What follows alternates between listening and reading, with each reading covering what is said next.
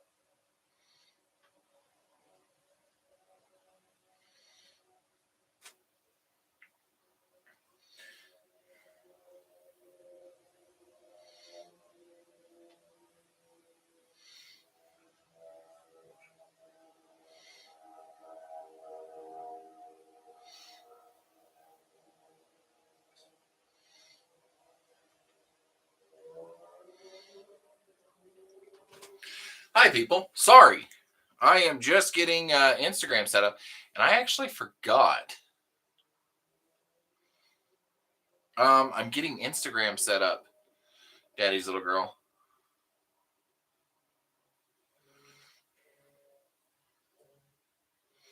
You being bratty? Oh my god.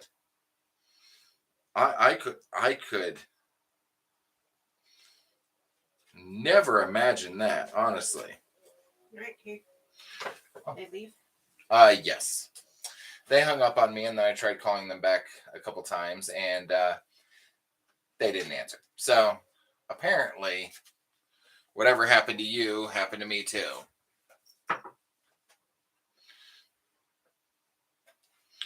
So I'm getting live set up.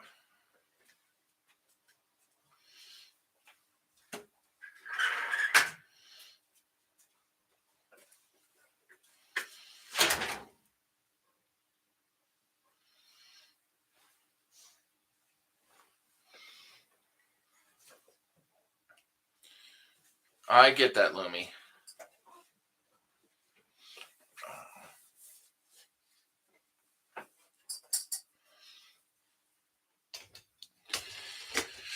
Okay, so that one's up. That one's up. Your vinegar. So, Baby Dragon kind of had like a boring day, but also a busy day. She ended up getting something done. Where is it? I'm still afraid you're going to break this damn thing. No. Huh? I'm going to go jump on YouTube to watch it. Or wait, no, I'm not. I'm going to watch him. Give me the spare phone.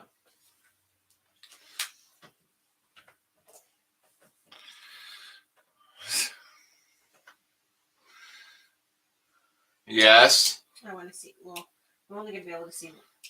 Just tell me the reactions. Okay.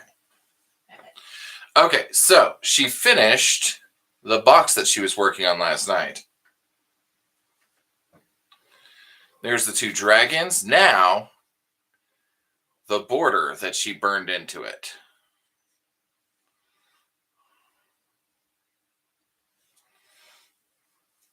I'm going to show you guys here in a second. Hold on. And then the paint job on the inside. Okay. So this is the box that Baby Dragon just finished.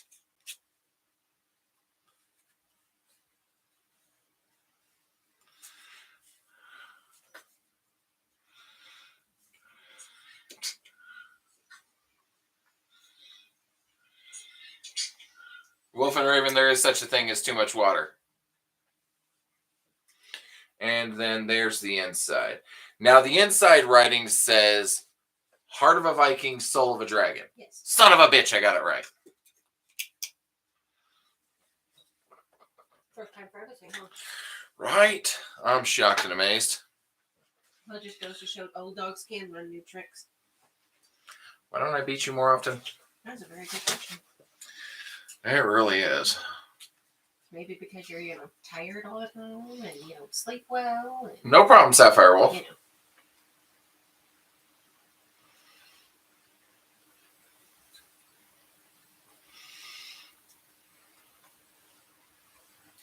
Does now seem like the appropriate time for you to make an old joke? Spiciness level unlocked.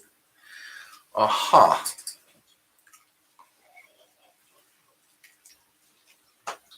Oh, and I think I might sit out here and not in my office today, by the way.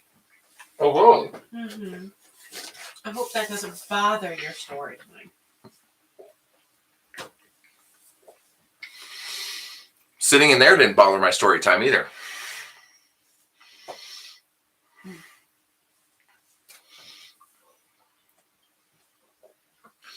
The only time anyone said anything about you is one person said it was a bit overwhelming hearing yours and Halo's conversation and story time at the same time, and that's it. Okay.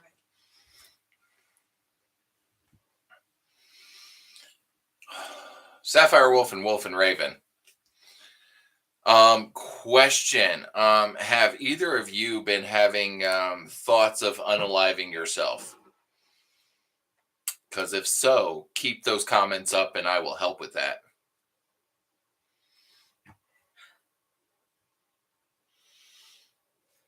Question, are you okay if I kill Sapphire Wolf and Raven? No. Why not? Because we like them. Okay, what's another reason? I'm thirsty.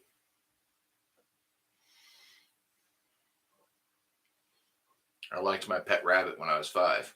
You still ate it? Yep, still killed it and ate that one too. Are you going to kill him and eat him? Ooh, what's the loophole? What if you just skip the killing part and just eat him? I mean, I could eat them. And that could work. I don't think that would really serve as a punishment, though. Lumi pops in there. Old.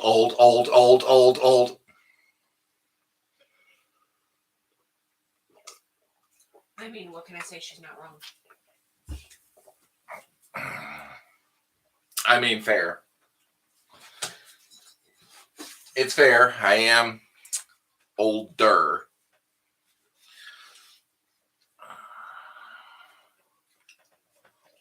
Don't you like how we just had to add the ER at the end?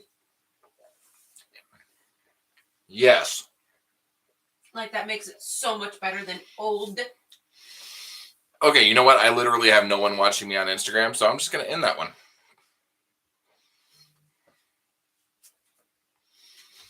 Seems like everybody has found YouTube, so you want to do me a favor?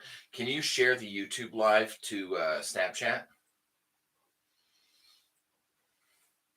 I was thinking Fairy Child. Yeah.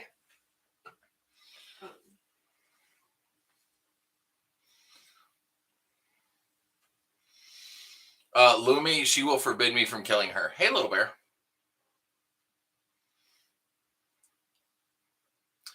Wolf and Raven, you do not answer that question. I'm not even that. Oh, did you also know that when I go live on YouTube, I can mute myself?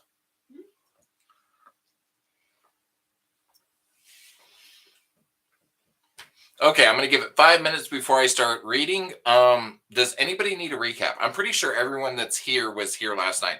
Sorry, I'm eating, by the way. Dinner.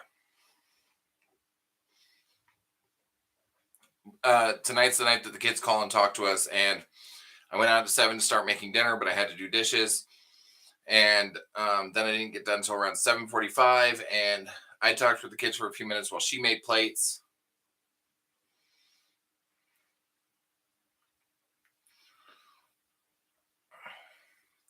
No, Baby Dragon will forbid me from unaliving you, Lumi. Actually, she'll forbid me from unaliving anybody because, oh, I don't need to kill people anymore, and I don't need to get in trouble. Sending it to everyone. And Check. however, Lumi, BD will not forbid the eating of you because she wants to do that too. Check. How many people you fucking? Did you send it to me?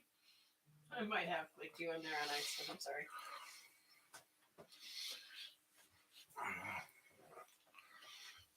And let's see. Seriously. Let's see. I just sent it to 1, 2, 3, 4, 5, 6, 7, 8, 9, 10, 11. Wolf and Raven, 12, you can talk to my 13, actual little sister, 14, 15, who follows me on TikTok, and she will flat out fucking tell you, 17 just or 18 because you're my different people. sister doesn't mean I have to love you. 17 or 18 different people. Jesus Christ. Not to mention the groups that you sent it to. Mm-hmm.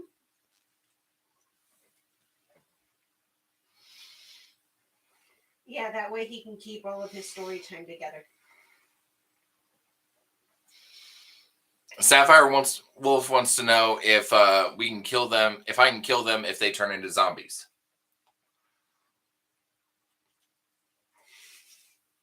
Question, are those zombies, going to be still sentient, so to say, or are you just going to be mindless zombies? I think we're going more Dawn of the Dead, not Warm Bodies.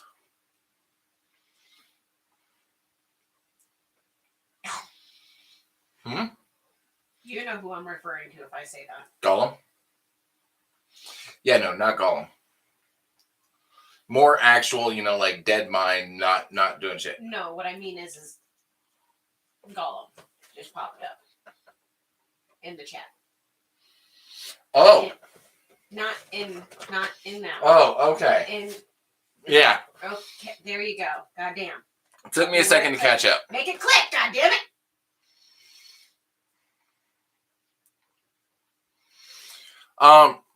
Well, cannibalism is it is the consuming of flesh from a species that is your own. So, technically, I am never a cannibal. Because while I do eat her, I do not consume her flesh. However, Baby Dragon is. No, technically it is not, because flesh is flesh. Technically, that is not flesh. Oh, really? No. You do consume my flesh when you draw blood, when biting me. So technically, you are a cannibal. I'm just saying.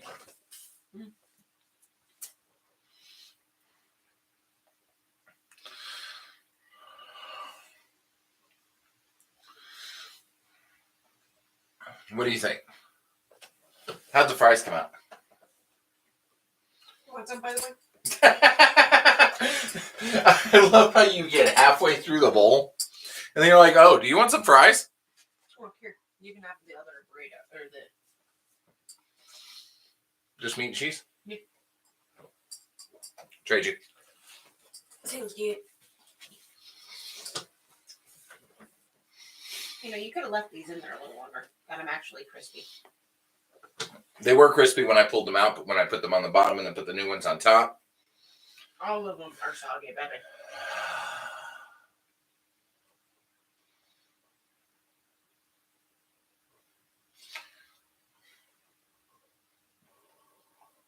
I'll have to cook French fries. You're more than welcome to. You can cut them too. Fine. As long as you're okay with taking me to the hospital. After, of course, I'm done making my french fries. Nope. You cut your finger, you drive yourself to the hospital. Fine.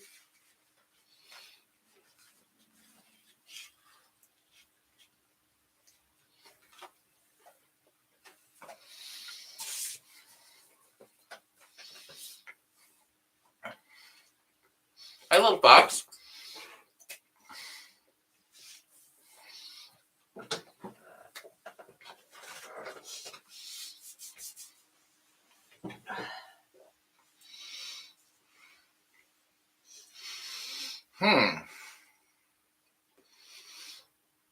Okay, Lumi, never gone that far, honestly. What?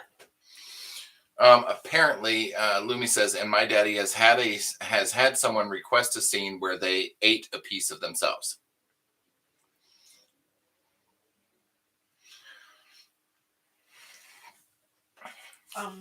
No. We do not yuck other people's yum, dear. I get that, but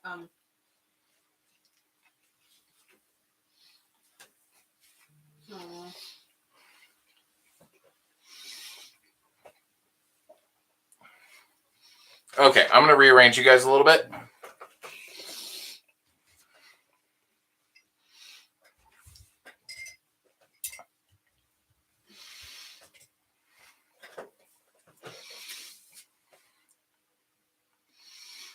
That way I'm like looking at you while, I'm reading the comments.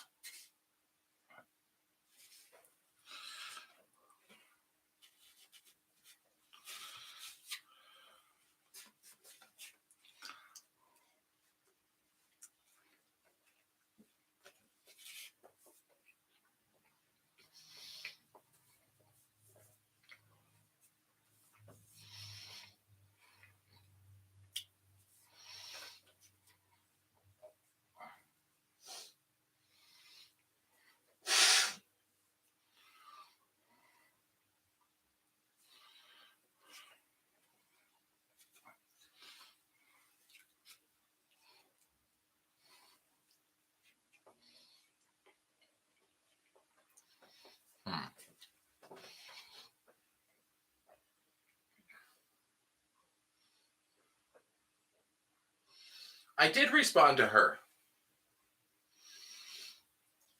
Little Bear Sar, I did respond to you. I don't know if she's still in there.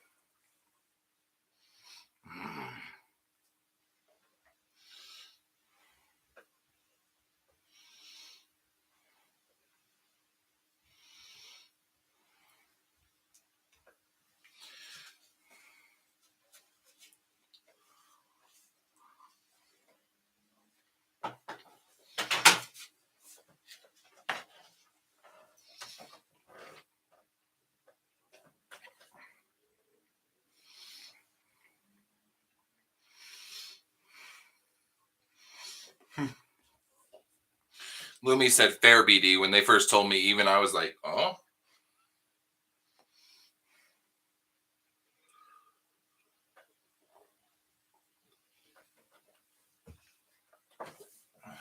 How you feeling? Fine, why? Just wondering. Why are you asking me so much? Because you're just sitting there staring at me. And? You're creeping me the freak out, okay? Okay, and? Stop creeping me the frick out. Then stop asking me annoying freaking questions.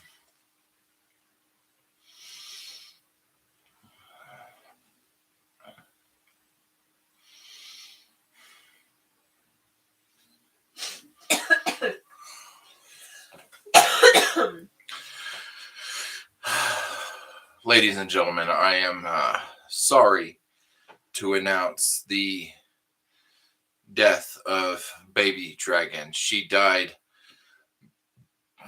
March 16th, 2022, early in the morning.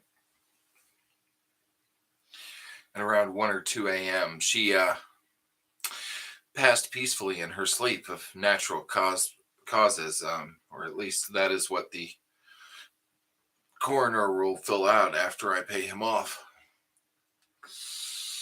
I mean, at least that's what the coroner's report will say in the coming days.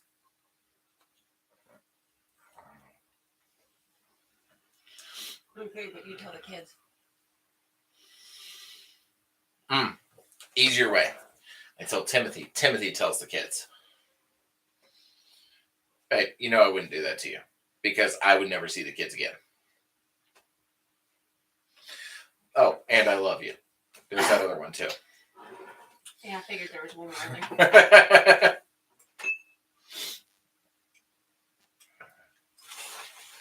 Well, you know, it's always nice to throw in that other section there. You know.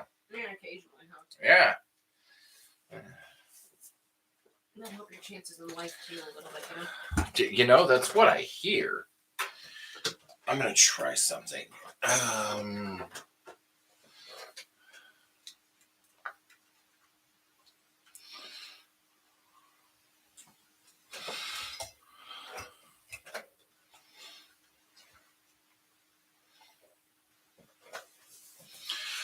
Babe, can you do me a favor? Can you turn off the big light?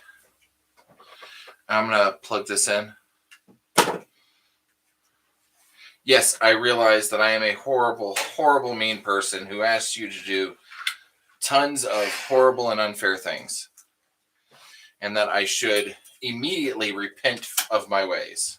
Yes, you immediately should. I will do that tomorrow. And hold on. Let's wow. Okay, so I couldn't see for a minute there. Okay, well, you told me to turn off the light, so, well, there we go. I said, and I'm going to plug this one in. You know, you could have waited for me. You didn't say wait, you said turn it off. I turned it off.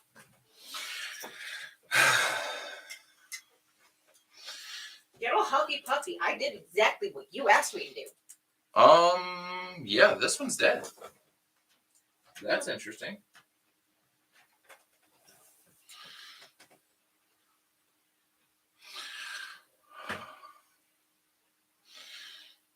Huh.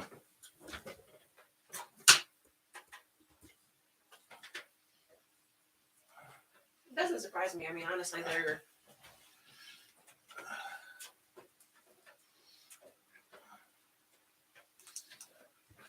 Ah, there it goes. Just wasn't working on the other one. Oh, son of a bitch, that's bright.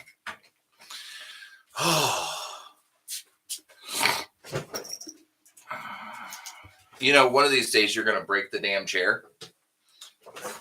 Okay, we're not keeping that chair stuck in. Yeah, no, but I'm still kind of sitting in this chair. You got that one and you got the ball. Oh, neither one of them are comfy, but okay. Okay, well, you know, I digress. You said you didn't want your chair to be comfy at work anymore. You wanted Yeah, no, but I'd like it to be comfy for story time. Okay, well, that's what's inside for. Oh my god. Oh my god. Move your computer inside too. You know, why not? Work from in bed. Yeah, you know, does anybody want a baby dragon? Because, you know, I'm willing to. Oh, really? Really?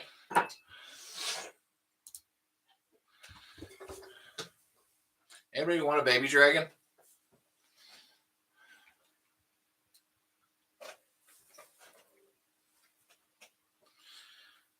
Wolf and Raven, I volunteer as tribute. Now, I should preface this by saying that Baby Dragon... I'll take her. Baby Dragon has any and all approval and say on who adopts her. And all approval.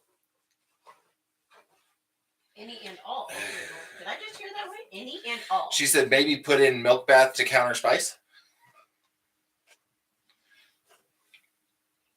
I don't think that helps. Then again, I've never taken a milk bath before. I mean, we could try it. You know, milk just went on sale at Smith's for 97 cents. It so seems really cold. Huh? It seems really, really cold. And? I'm good. Actually, what you do is you fill it like half the way up with hot water, and then you add the milk the rest of the way. It kind of makes it warm, but How much milk do you use? quite a bit. Why? What is the point of this milk bath? It's like a lot of wasteful milk. It's supposed to do some shit. I don't know. So wasteful. Okay, can you guys still hear me? No, I cannot hear you. I am asking them.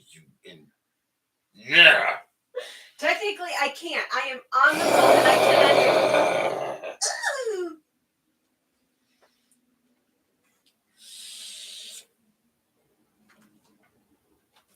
Lumi, I fucking doubt it. Honest, I don't have to censor myself. I fucking doubt it.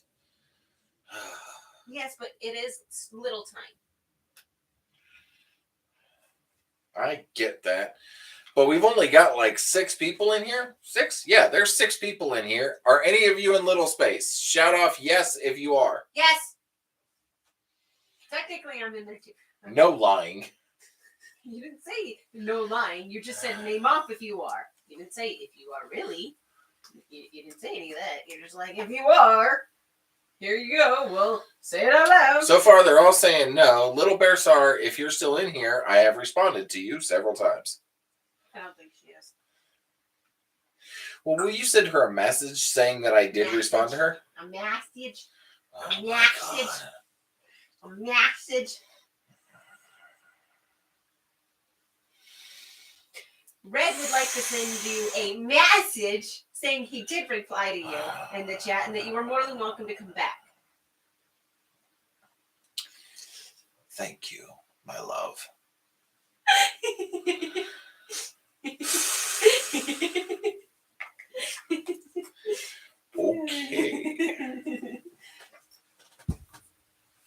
Oh, there might be. Actually, no, there's probably going to be one immediately after this live. Oh, it's so scary. Highly doubtful.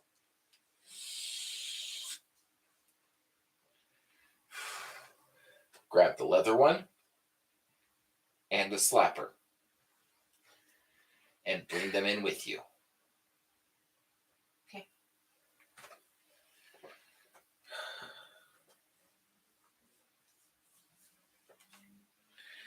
Anyways, starting with Percy Jackson.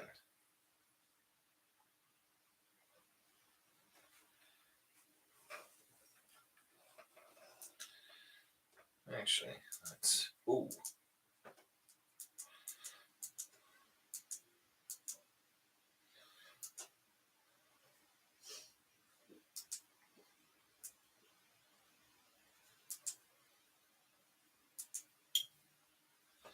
That works.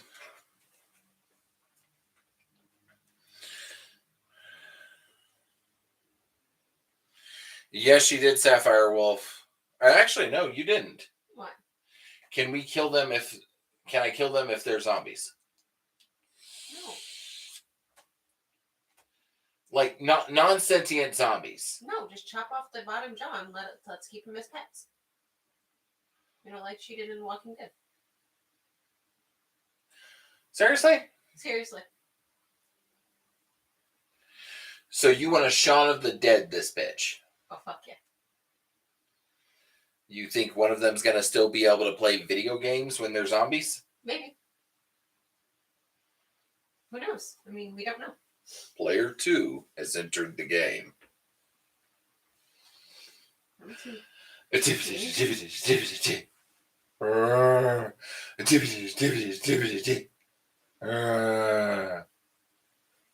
didn't see anything wrong with that.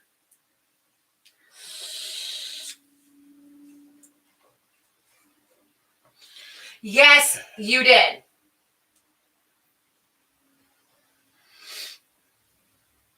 You always do. You always give stuff away. Who? Wolf and Raven, she always gives the Fae stuff away. She is obviously Fae. You have not been paying attention to comments, have you? Oh, give further proof to Red and BD's Fae theory. It is not a theory. Lumi is apparently saying she'll be a pet. She doesn't need to be a zombie for that, but she does bite.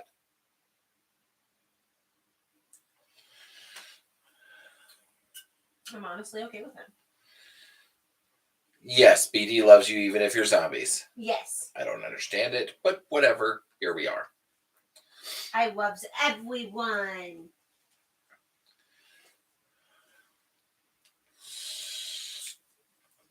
Okay, starting with chapter 11.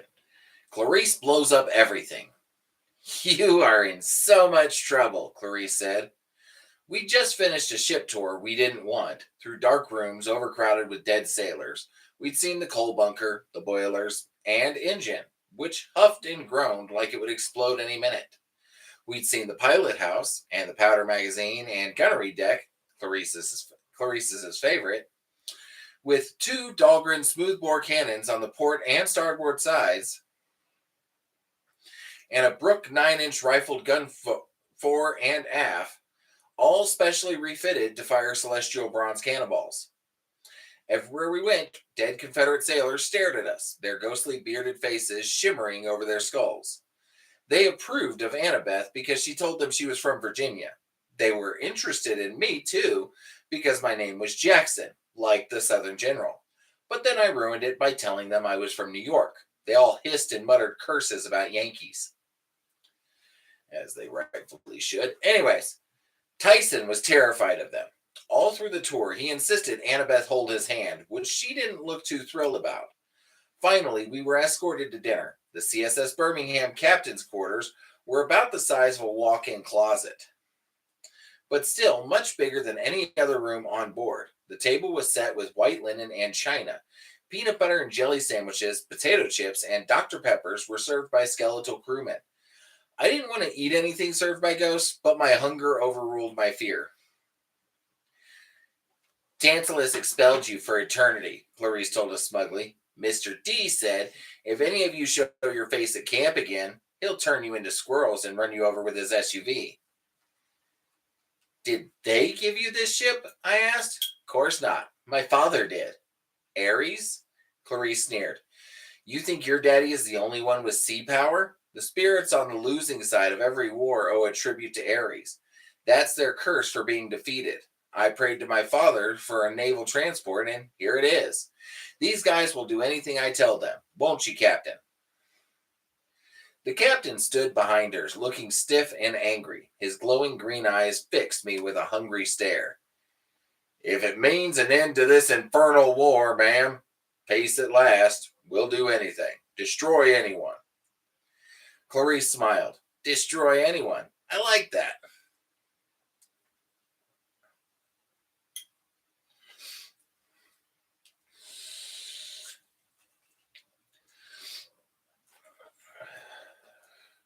Tyson gulped. Clarice, Annabeth said, Luke might be after the fleece too. We saw him. He's got the coordinates and he's heading south. He has a cruise ship full of monsters. Good. I'll blow him out of the water. You don't understand, Annabeth said. We have to combine forces. Let us help you. No, Clarice pounded the table. This is my quest, smart girl. Finally, I get to be the hero, and you two will not steal my chance. Where are your cabin mates? I asked. You were allowed to take 2 friends with you, weren't you? They didn't. I let them stay behind to protect the camp. You mean even the people in your own cabin wouldn't help you? Shut up, prissy. I don't need them, or you. Clarice, I said, Tantalus is using you. He doesn't care about the camp. He'd love to see it destroyed. He's setting you up to fail. No, I don't care what the Oracle. She stopped herself. What? I said. What did the Oracle tell you? Nothing. Clarice's ears turned pink. All you need to know is that I'm finishing this quest and you're not helping. On the other hand, I can't let you go. So we're prisoners, Annabeth asked. Guests, for now. Clarice propped her feet up on the white linen tablecloth and opened another Dr. Pepper.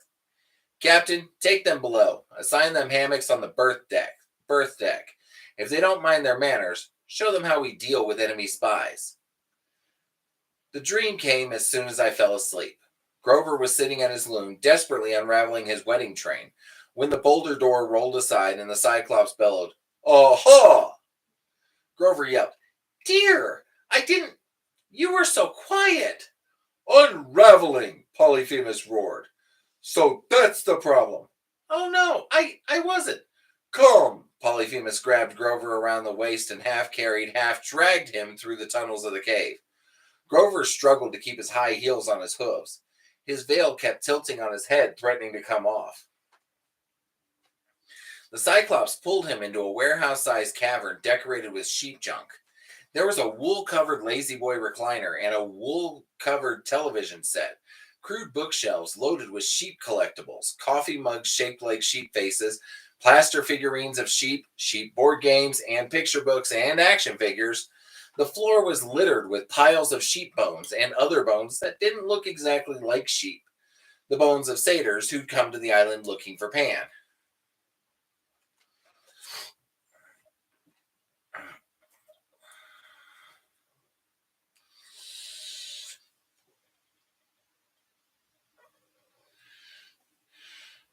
Sure, Wolf and Raven. Polyphemus set Grover down only long enough to move another huge boulder. Daylight streamed into the cave, and Grover whimpered with longing.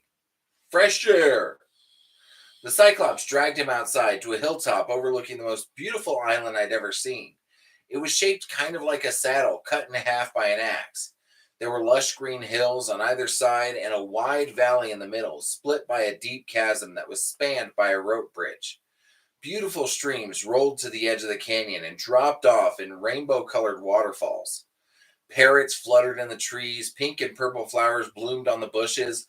Hundreds of sheep grazed in the meadows, their wool glinting strangely like copper and silver coins. And at the center of the island, right next to the rope bridge, was an enormous twisted oak tree with something glittering in its lowest bough. The golden fleece. Even in a dream, I could feel its power radiating across the island, making the grass greener, the flowers more beautiful. I could almost smell the nature magic at work. I could only imagine how powerful the scent would be for a satyr. Grover whimpered. Yes, Polyphemus said proudly. See over there? Fleece is the prize of my collection. Stole it from heroes long ago. And ever since, free food. Satyrs come from all over the world like moths to flame. Satyrs good eating. And now, Polyphemus scooped up a wicked set of bronze shears. Grover yelped, but Polyphemus just picked up the nearest sheep like it was a stuffed animal and shaved off its wool. He handed a fluffy mass of it to Grover. Put that on the spinning wheel, he said proudly. Magic cannot be unraveled. Oh, well. Poor honey pie, Polyphemus grinned. Bad weaver. Ha ha, not to worry. That thread will solve problem. Finish wedding train by tomorrow. Isn't that thoughtful of you? Hee hee. But dear, Grover gulped, what if someone were to attack this island? Grover looked straight at me, and I knew he was asking for my benefit. What would keep them from marching right up here to your cave? Wifey scared. So cute. Not to worry. Polyphemus has state-of-the-art security system. Have to get through my pets. Pets? Grover looked across the island, but there was nothing to see except sheep grazing peacefully in the meadow. And then Polyphemus growled. Polyphemus growled, they would have to get through me. He pounded his fist against the nearest rock, which cracked and split in half. Now come, he shouted, back to the cave. Grover looked about ready to cry. So close to freedom, but so hopelessly far. Tears welled in his eyes as the boulder door rolled shut, sealing him once again in the stinky torchlit dankness of the Cyclops' cave. I woke to alarm bells ringing throughout the ship, the captain's gravelly voice. All hands on deck! Find Lady Correct! Where is that girl? You're just liking the southern accent, aren't you? Oh, yeah. Then his ghostly face appeared above me. Get up, Yankee. Your friends are already above. We're approaching the entrance. The entrance to what? He gave me a skeletal smile. The Sea of Monsters, of course.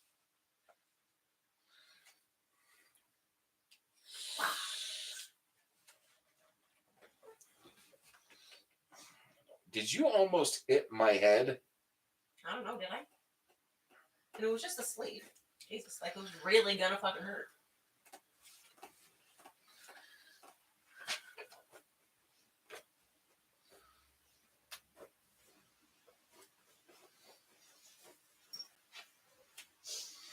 Huh. 12. Okay.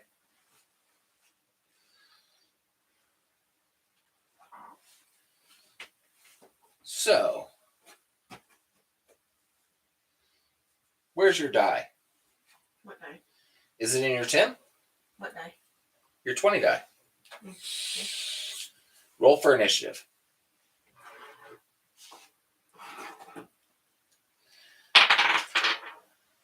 11. Fuck. And that would be what? 12 times 5, Okay. which would be 60. Uh-huh. One off. How do you do that? I guess that this is my die. We're buying new die. It has allegiance to me. Ooh, look at that. 1 was the next roll. See, if you got 1 to 10, it was going to 4. be times 10. 2. 7. 11.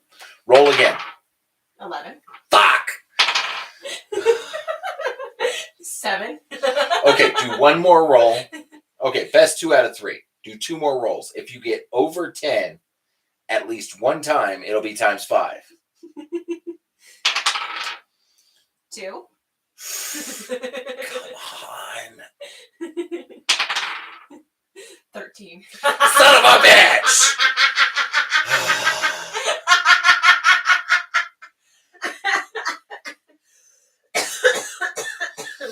So that would be 12 times 5, which is 60. Really wanted it to be times 10. Oh, why? Because you wanted it to be 120? Yes. Well, here's the thing. I'm pretty sure that, this life hasn't been over yet. So we can still get up to that. 60's a good shot. I'd really not like you to get up to that, but, I'm sure we will. Well, you just said you wanted 120. Well, I'll make it possible. 120 it is. What if you end up more than that? Well, then I guess we get more than that. Okay. And honestly, What, dear? yeah, I think that would be a good number. What, 120?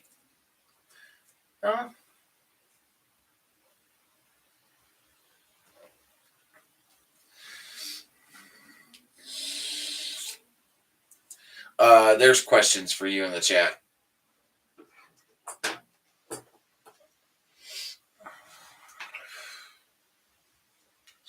I stuffed my few belongings that had survived the Hydra into a sailor's... Sliff? Sith, whatever. Sylph? So, Sylph, yeah, Sylph. Sliff is in the 4th book of Sword of Truth. Okay, anyways. I stuffed my few belongings that had survived the Hydra into a sailor's canvas knapsack and slung it over my shoulder. I had a sneaking suspicion that one way or another, I would not be spending another night aboard the CSS Birmingham. I was on my way upstairs when something made me freeze, a presence nearby, something familiar and unpleasant. For no particular reason, I felt like picking a fight. I wanted to punch a dead Confederate. The last time I felt like that kind of anger, instead of going up, I crept to the edge of the ventilation grate and peered down into the boiler deck. Biker clothes with a military haircut, red-tinted sunglasses, and a knife strapped to his side. My fists clench. It was my least favorite Olympian, Ares, the god of war. I don't want excuses, little girl, he growled. Yes, father, Clarice mumbled. You don't want to see me mad, do you? No, father. No, father, Ares mimicked. You're pathetic. I should have let one of my sons take this quest. I'll succeed, Clarice promised, her voice trembling. I'll make you proud. You'd better, he warned. You asked me for this quest, girl. If you let that slimeball Jackson kid steal it from you. But the oracle said, I don't care what it said. Ares bellowed with such force that his image shimmered. You will succeed, and if you don't, he raised his fist. Even though he was only a figure in the steam, Clarice flinched. Do we understand each other? Ares growled. The alarm bells rang again. I heard voices coming towards me. Officers yelling orders to ready the cannons. I crept back from the ventilation grate and made my way upstairs to join Annabeth and Tyson on the spar deck. What's wrong? Annabeth asked me. Another dream? I nodded, but I didn't say anything. I didn't know what to think about what I'd seen downstairs. It bothered me almost as much as the dream about Grover. Clarice came up the stairs right after me. I tried not to look at her. She grabbed a pair of binoculars from a zombie officer and peered towards the horizon. At last! Captain, full steam ahead! I looked in the same direction as she was, but I couldn't see much. The sky was overcast. The air was hazy and humid, like steam from an iron. If I squinted real hard, I could just make out a couple of dark, fuzzy splotches in the distance. My nautical senses told me we were somewhere off the coast of northern Florida, so we'd come a long way overnight, further than any mortal ship I should have been able to travel. The engine groaned as we increased speed. Tyson muttered nervously. Too much strain on the pistons, not meant for deep water. I wasn't sure how he knew that, but it made me nervous. After a few more minutes, the dark splotches ahead of us came into focus. To the north, a huge mass of rock rose out of the sea. An island with cliffs at least 30 meters tall. About half a mile south of that, the other patch of darkness was a storm brewing. The sky and sea boiled together in a roaring mass. Hurricane? Annabeth asked. No, Clarice said. Charybdis. Annabeth paled. Are you crazy? Only way into the Sea of Monsters. Straight between Charybdis and her sister Scylla. Clarice pointed to the top of the cliffs, and I got the feeling something lived up there that I did not want to meet. What do you mean the only way? I asked. The sea is wide open. Just sail around them. Clarice rolled her eyes. Don't you know anything? If I tried to sail around them, they would just appear in my path again. If you want to get into the Sea of Monsters, you have to sail through them. What about the clashing rocks? Annabeth said. That's another gateway. Jason used it. I can't blow apart rocks with my cannons, Clarice said. Monsters, on the other hand. You are crazy, Annabeth decided.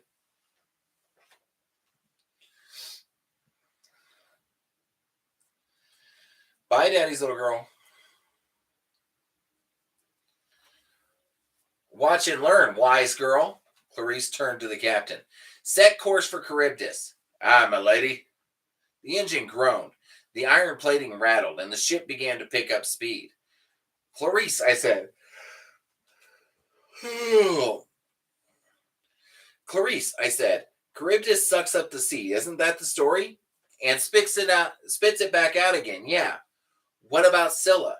She lives in a cave up on those cliffs. If we get too close, her snaky heads will come down and start plucking sailors off the ship. Choose Scylla then, I said. Everybody goes below deck and we chug right past. No, Clarice insisted. If Scylla doesn't get her easy meat, she might pick up the whole ship. Besides, she's too high to make a good target. My cannon can't shoot straight up. Charybdis just sits there at the center of her whirlpool. We're going to steam straight towards her, train our guns on her, and blow her to Tartarus. She said it with such relish, I almost wanted to believe her. The engine hummed. The boilers were heating up so much, I could feel the deck getting warm beneath my feet. The smokestacks billowed. The red Ares flag whipped in the wind.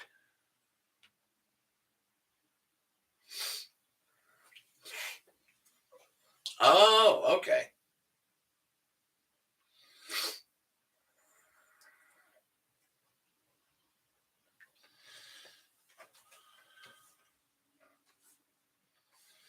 I don't really think so, Wolf and Raven. I don't think it's bad.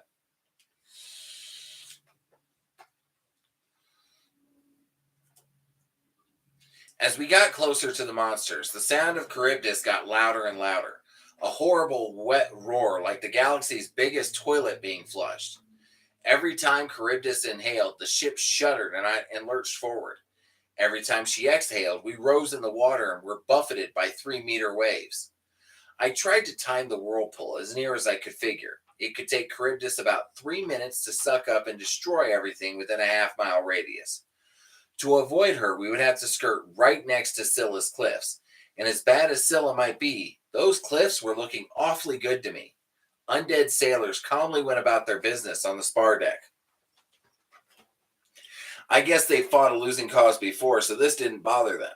Or maybe they didn't care about getting destroyed because they were already deceased. Neither thought made me feel any better.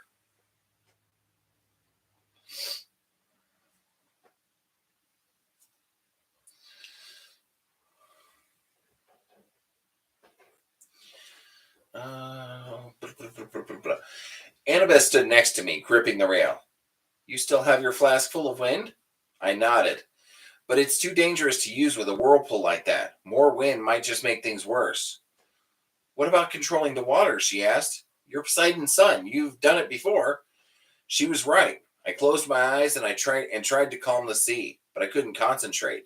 Charybdis was too loud and powerful. The waves wouldn't respond. I can't, I said miserably.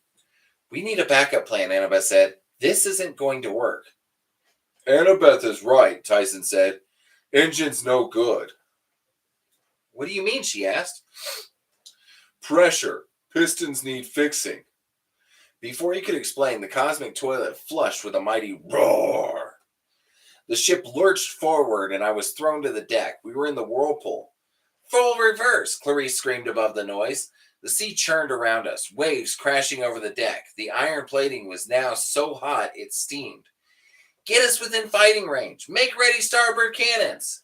Dead Confederates rushed back and forth, the propeller grinding in reverse, trying to slow the ship, but we just kept sliding towards the center of the vortex. Really? A zombie sailor burst out of the hold and ran to Clarice. His gray uniform was smoking. His beard was on fire. Boiler room overheating, ma'am. She's gonna blow. Well, get down there and fix it. Can't, the sailor yelled. We're vaporizing in the heat. Clarice pounded the side of the casemate. All I need is a few more minutes, just enough to get in range. We're going in too fast, the captain said grimly. Prepare yourself for death. No, Tyson bellowed. I can fix it. Clarice looked at him incredulously. You? He's the Cyclops, Annabeth said. He's immune to fire and he knows mechanics. Go, yelled Clarice. Tyson, no, I grabbed his arm. It's too dangerous. He patted my hand. Only way, brother. His expression was determined, confident even. I'd never seen him look like this before. I will fix it. Be right back. As I watched him follow the smoldering sailor down the hatch, I had a terrible feeling. I wanted to run after him, but the ship lurched again and I saw Charybdis. She appeared only a few hundred meters away, through a swirl of mist and smoke and water. Oh, why am I yawning? The first thing I noticed was the reef, a black crag of coral with a fig tree clinging to the top, an oddly peaceful thing in the middle of a maelstrom. All around it, water curved into a funnel like light around a black hole. Then I saw the horrible thing anchored to the reef, just below the waterline, an enormous mouth with slimy lips, floating garbage stuck between them. Charybdis was an orthodontist's nightmare. She was nothing but a huge black maw with bad teeth alignment and a serious overbite. And she'd done nothing for centuries but eat without brushing after meals. As I watched, the entire sea around her was sucked into the void. Sharks, schools of fish, a giant squid, and I realized that in a few seconds, the CSS Birmingham would be next. Lady Clarice, the captain shouted. Starboard and forward guns are in range. Fire, Clarice ordered. 3 rounds were blasted into the monster's maw. One blew off the edge of an incisor. Another disappeared into her gullet. The third hit one of Charybdis's retaining bands and shot back at us, snapping the Ares flag off its pole. Again, Clarice ordered. The gunners reloaded, but I knew it was hopeless. We would have to pound the monster 100 more times to do any real damage, and we didn't have that long. We were being sucked in too fast. Then the vibrations in the deck changed. The hum of the engine got stronger and steadier. The ship shuddered and we started pulling away from the mouth. Tyson did it, Annabeth said. Wait, Clarice said. We need to stay close. We'll die, I said. We have to move away. You too, Lumi. Go talk with them and we'll talk to you later. Lumi's daddy called, so she's going to go focus on them. Okay, go do that. I gripped the rail as the ship fought against the suction. The broken Ares flag raced past us and lodged in Charybdis's braces. We weren't making much progress, but at least we were holding our own. Tyson had somehow given us just enough juice to keep the ship from being sucked in. Suddenly, the mouth snapped shut. The sea died to absolute calm. Water washed over Charybdis. Then, just as quickly as it had closed, the mouth exploded again, spitting out a wall of water, ejecting everything inedible, including our cannonballs, one of which slammed into the side of the CSS Birmingham with a ding, like the bell on a carnival game. We were thrown backwards on a wave that must have been 15 meters high. I used all of my willpower to keep the ship from capsizing, but we were still spinning out of control, hurtling towards the cliffs on the opposite side of the strait. Another smoldering sailor burst out of the hold. He stumbled into Clarice, almost knocking them both overboard. The engine's about to blow.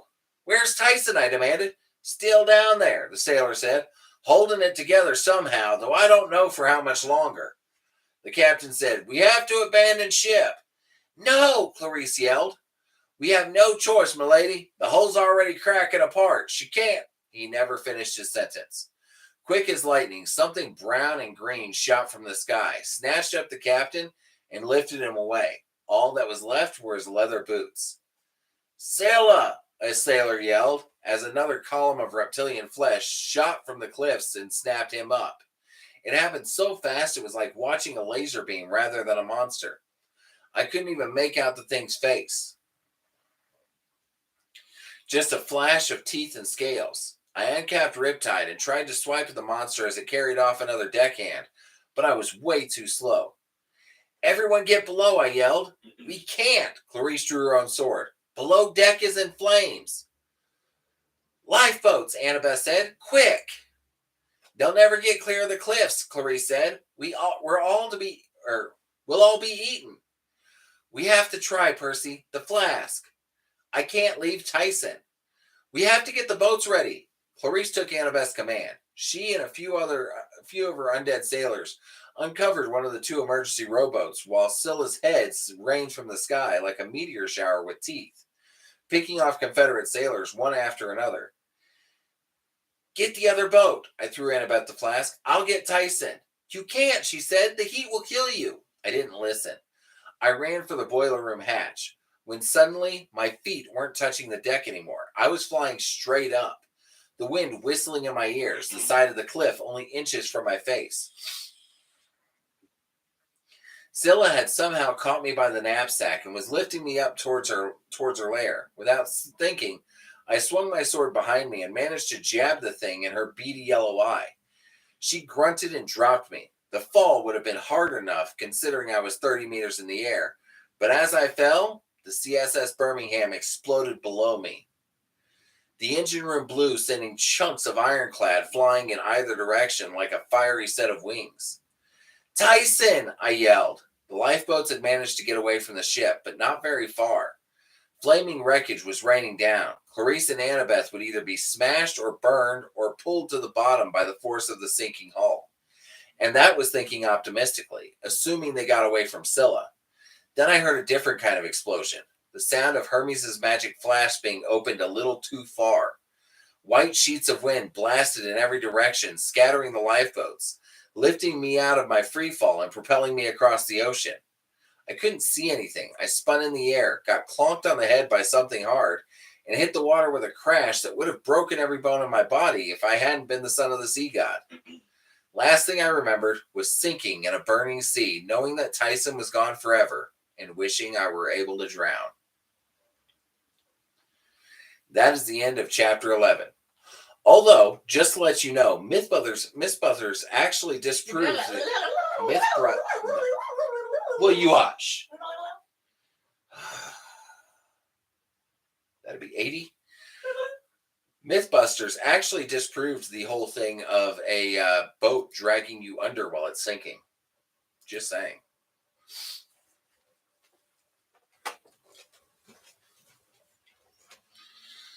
Okay, guys. So, 5-minute break and then Wizard's first rule.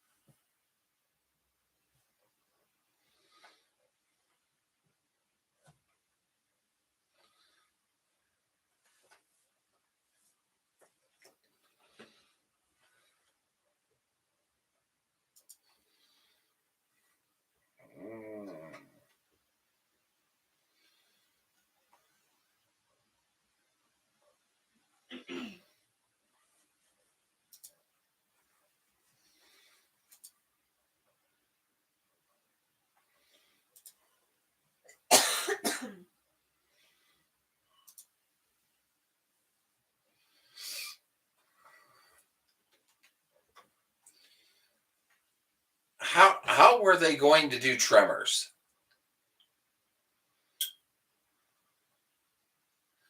Wolf and Raven said Mythbusters should have done Tremors. How?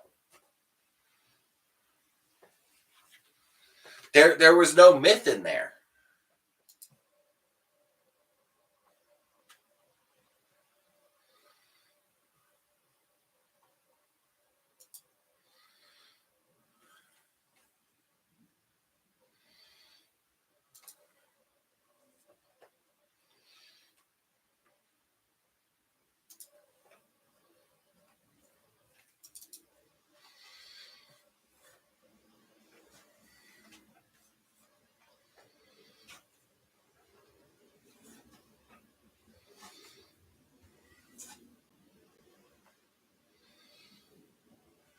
I mean, it's one of those things where,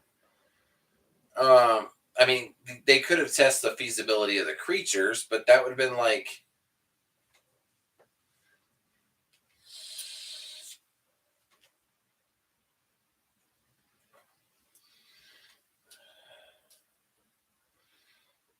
can the trench save you from an explosion? That's a yes, actually. Yes, it is. Why though? What do you mean why? Because the, so to say, sound waves from the explosion Mhm. are dampened by the twists and turns of the. And the flame part of the explosion will follow the actual wind. Yep. Which is being controlled by the shock waves too. So if you dump into a trench and the explosion is above you, then it will blow straight across the trench. It won't go down.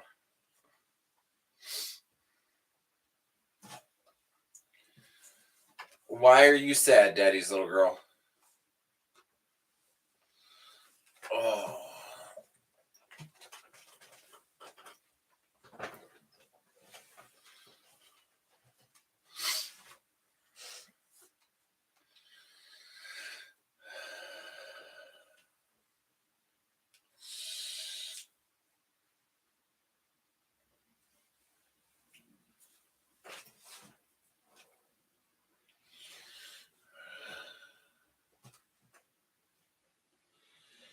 And honestly, if the explosion is in the trench, an explosion is designed to spread out in all ways laterally. So you will have one initial blast up the sides that goes up, but most of the explosion is going to go out to the sides along the trench. That has been proven by, well, World War I, World War II, Vietnam, Korea.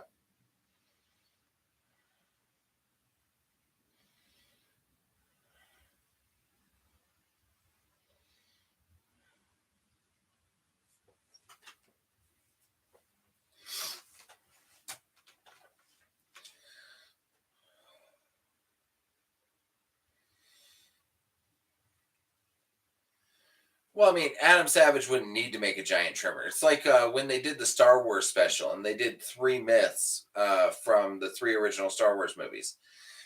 From the first one, they did Luke and Leia swinging over the trench by just his utility belt. From the second one, they did Luke surviving inside a tauntaun so he wouldn't freeze to death. And then from the third one, they did Baby Dragon's people smashing the walker with 2 logs. Really? What? Electronics. No. You telling me you wouldn't live with the Ewoks? Go fuck yourself. Would you live with the Go Ewoks? fuck yourself. Would you? Go fuck Yes or no? Go fuck yourself.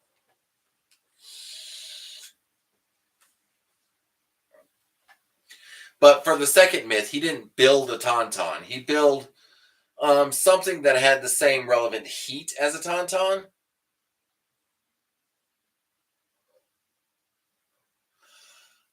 Surviving inside the Tremor was not one of the myths of Tremors.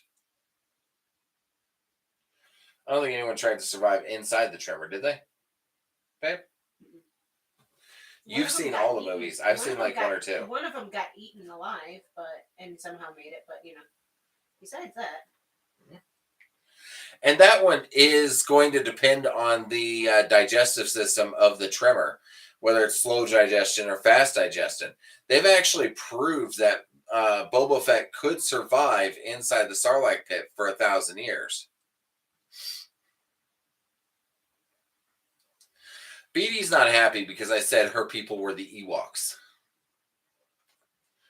which I'm sure I will answer for that at some point.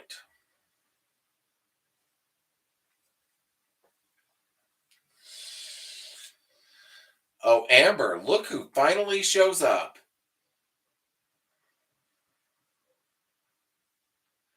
Amber, I have been announcing every single story time for the past week that I was moving to YouTube and explained in detail how to find my and YouTube. I'm pretty sure I even sent it to her.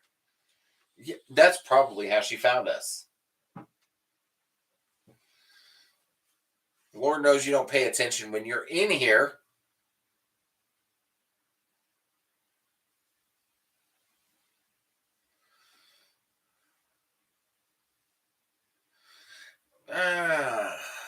Tremors just wasn't big enough to catch the attention of the Mythbusters. It wasn't a big enough myth. Amber, throw a bunch of hearts in there.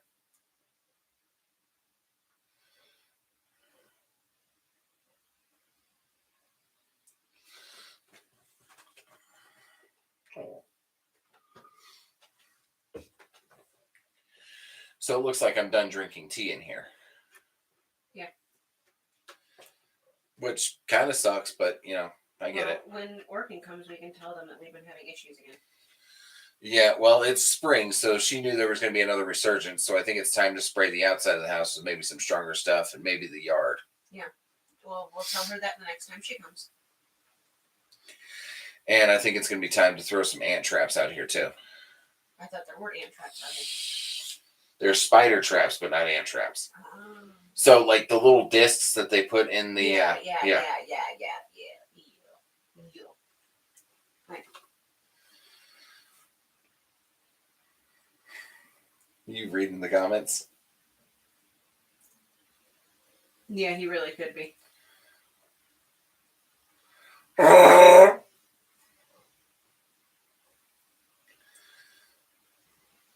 Okay, so since the same people are in here that were in here before for last night, we're not going to do a recap.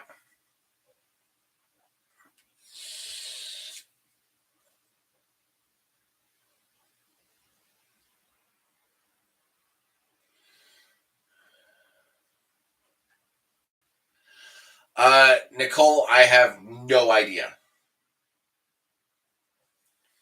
Maybe try uninstalling YouTube and reinstalling it. Oh, you're on your laptop. PC or Mac, Nicole? Betting it's a PC. Probably needs updates. Maybe an update to the browser, depending on what browser you're using. So, PC or Mac, and what browser are you trying to use?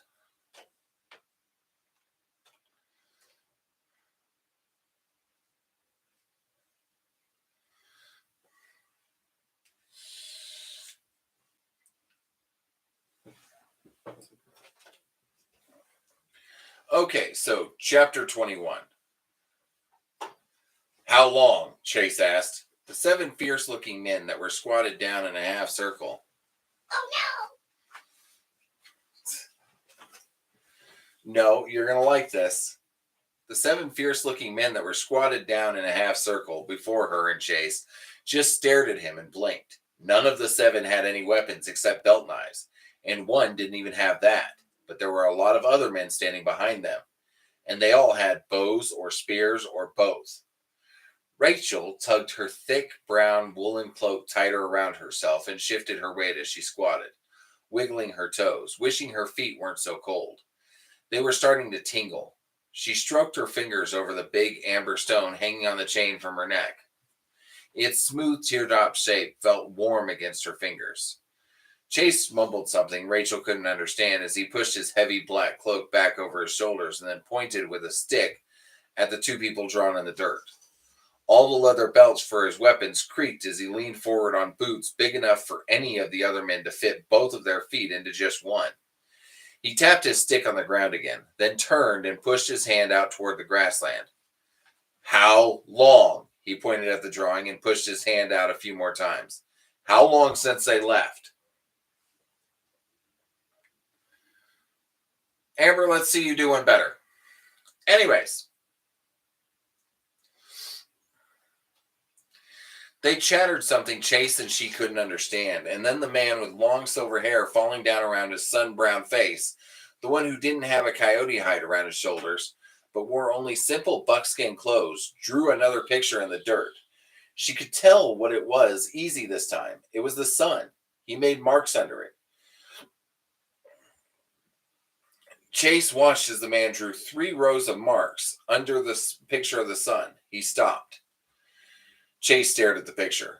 3 weeks. He looked up at the man with long hair. 3 weeks? He pointed at the sun on the ground and held up most of his fingers 3 times. They've been gone 3 weeks? The man nodded and made some more of those funny words. Sidon handed her another piece of flatbread with honey. It tasted wonderful. She tried to eat it slowly, but it was gone before she knew it. She had tasted honey only once before, back at the castle when she lived there as the princess's playmate. The princess never let her have honey, said it wasn't for the likes of her, but one of the cooks had given her some once. Nicole, I asked you questions.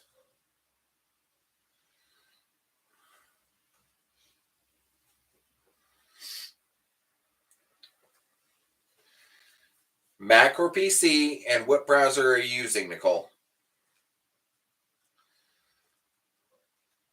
Her stomach fluttered at the memory of how mean the princess had been to her. She never wanted to live in a castle again. Now that she was Chase's daughter, she would never have to. Every night she lay in her blankets before she went to sleep and wondered what the rest of her new family was like. Chase said she would have sisters and brother, and a real mother. He said she would have to mind her new mother. She could do that. It was easy to mind when someone loved you. Chase loved her. He never really said it, but it was easy to tell. He put his huge arm around her and stroked her hair when she was afraid of sounds in the dark. Sidon smiled at her as he licked the honey off his fingers. By the way, I'm calling bullshit on this whole book right now. Why? It would be easy for her to mind her new mother. It was easy to mind when someone loved you. Are you fucking... No. We love the kids like no other. And you know what? They don't listen to shit.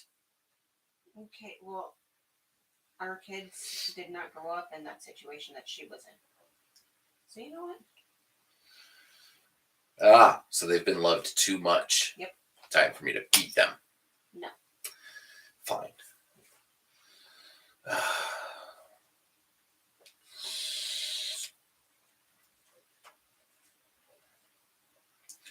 Okay, so how do we make them listen to us? Bribe them? Yep, basically. Fine. I'll get the Scooby-Doo movies. Yep. Don't need 'em. Sidon smiled at her as he licked the honey off his fingers. It was nice to see him again. When they had first come here, she thought there was going to be trouble. Scary men all painted with mud and with grass stuck all over themselves came up to them when they were still out on the grassland. They didn't even see where they came from. They were just there all of a sudden.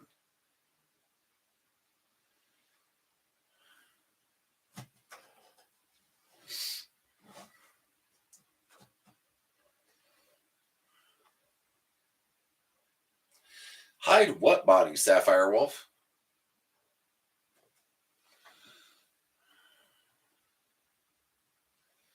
Oh, if you're talking about my comment about me beating the kids, here's the thing.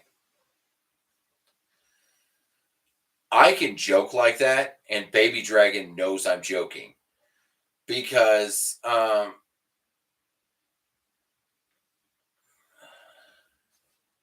this is nice, Wolf and Raven. Okay. But, babe, who is the pushover when it comes to the kids between me and you? You are. Yep. They got you down pat. I am. Oh, when it comes to the kids, especially which one? Athena. Yes, when it comes to the little girl, I am a Hold bitch. like a fucking deck of cards every fucking time. Oh yeah, I'm a little pussy when it comes to her. Like anything she wants, I'll fucking give her. Nicole, the last message I got from you is that your laptop is pissing you off. And I don't think YouTube censors comments. Mainly because if you tried to say pissing me off on TikTok, it would have blocked you.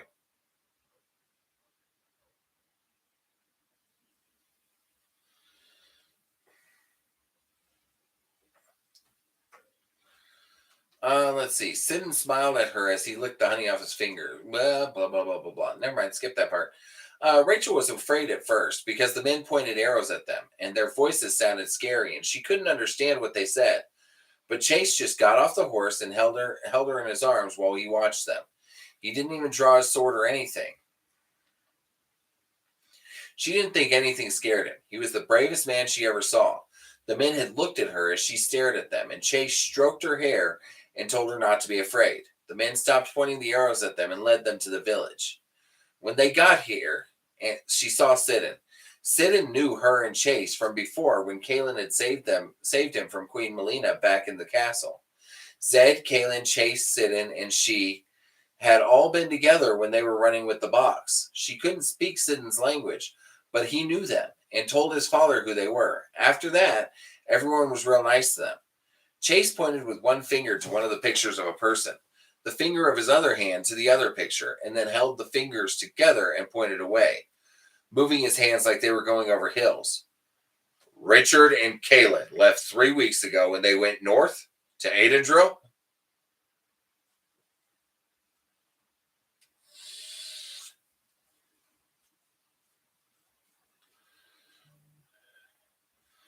Wolf and Raven, I have a good chunk of the Scooby-Doo movies. I can give you a list here in a minute, but give me a second. The men all shook their heads and started jabbering again. Sidon's father held up his hand for quiet. He pointed at himself and the other men and held up 3 fingers. Then he pointed at the picture on the ground that had a dress and said Kaelin's name. And then he pointed north. Chase pointed at the picture of the sun, then the picture of Kaelin, then at the men holding up 3 fingers, then north. 3 weeks ago, Kaelin and 3 of your men went north to Aidendrill. The men all nodded and said Kaelin and Aidendrill. Chase put a knee to the ground as he leaned forward, tapping the picture of the other person. But Richard went too. He pointed north again. Richard went to Aidendrill too with Kaelin. The men all turned to the man with the long silver hair. He looked at Chase and then shook his head. The carved piece of bone hanging from a leather thong around his neck swung back and forth. He pointed down at the picture of the man with a sword and then pointed in a different direction. Chase stared at the man for a long minute. Then he frowned as if he didn't understand. The man leaned over with the stick and drew 3 more people, each with a dress. He looked up from under his eyebrows as if he wanted to make sure Chase was watching, and then he drew an X across two of the fingers. His eyes returned to Chase once again as he folded his arms over his knees, waiting. What does this mean? Dead? Is that what you mean? They are dead? The men stared, not moving. Chase pulled a single finger, like a knife, across his throat. Dead. The man with the silver hair gave one nod and said, Dead. But it sounded a little funny. The way he made the word seemed longer than it should. He pointed with his stick to the picture of the sun, then the picture of Kaylin, and then he pointed over his shoulder to the way they went. He pointed at the sun again, then at the picture of Richard, then at the picture of the woman without the axe, then he pointed in a different direction. Chase stood. His chest rose and then fell as he let out the deep breath. He was awfully tall. He stared in the direction the man with the silver hair said Richard had gone. East. That's deeper into the wilds, he whispered to himself. Why isn't he with Kaylin? He rubbed his chin. Rachel thought he looked worried. It couldn't be that he looked scared. Nothing scared Chase. Dear spirits, why would Richard go deeper into the wilds? What could possess Kaylin to let that boy go into the wilds? And who is he with? The men all glanced at each other, as if they were wondering why Chase was talking to the air. Chase squatted back down, all his leather creaking, and pointed at the drawing of the third woman, and frowned and shrugged at the men. He pointed at the picture of Richard and the woman and pointed east again. He held the palms of his hands up near his shoulders as he shrugged and made faces to show he didn't understand. The man with the long silver hair gave Chase a sad look as he let out a long breath. He pointed at the third woman, the one without an axe. And then he turned and took a rope from a man behind him. He wrapped the rope around his own neck. He looked to Chase's frown, and then he pointed to the picture of Richard. When Chase looked up and their eyes met, the man pulled the rope tight with a snap. He pointed east. He touched the stick to the picture of Kaylin and then pulled his fingers down his cheeks from the corners of his eyes like tears, then pointed north. Chase stood. It was almost a jump. His face was pale. She took him, he whispered. This woman captured Richard and took him into the wilds. Rachel stood next to him. What does it mean, Chase? Why didn't Kaylin go with him? He looked down at her. His face had an odd, still look that made her stomach knot up. She went for help. She went to Aidendro to get Zed. No one made a sound. He stared back out to the east, and he hooked a thumb behind his big silver belt buckle. Dear spirits, he whispered to himself.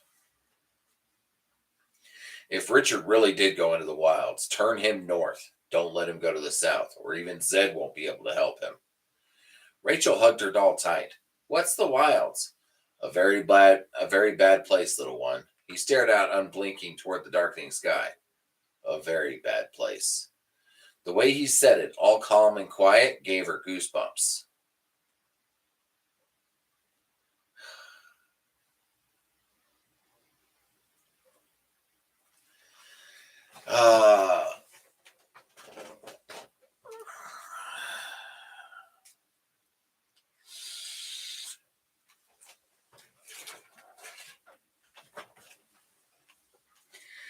Guys, as much as I hate to do this, Baby Dragon is about to perk up because I'm about to say one of her favorite words in this book series. Zed could feel the muscles in the horse's back flexing under him as he ducked beneath a branch while slowing the animal. Zed favored riding bareback. If he needed to ride a horse, he preferred to let the animal feel as unencumbered as possible. He thought it only fair. Most seemed to appreciate his consideration, this one especially. She gave him more than she ever would under a saddle, and he had taken everything she had given. He had proffered his saddle and the rest of the tack to a man named Half.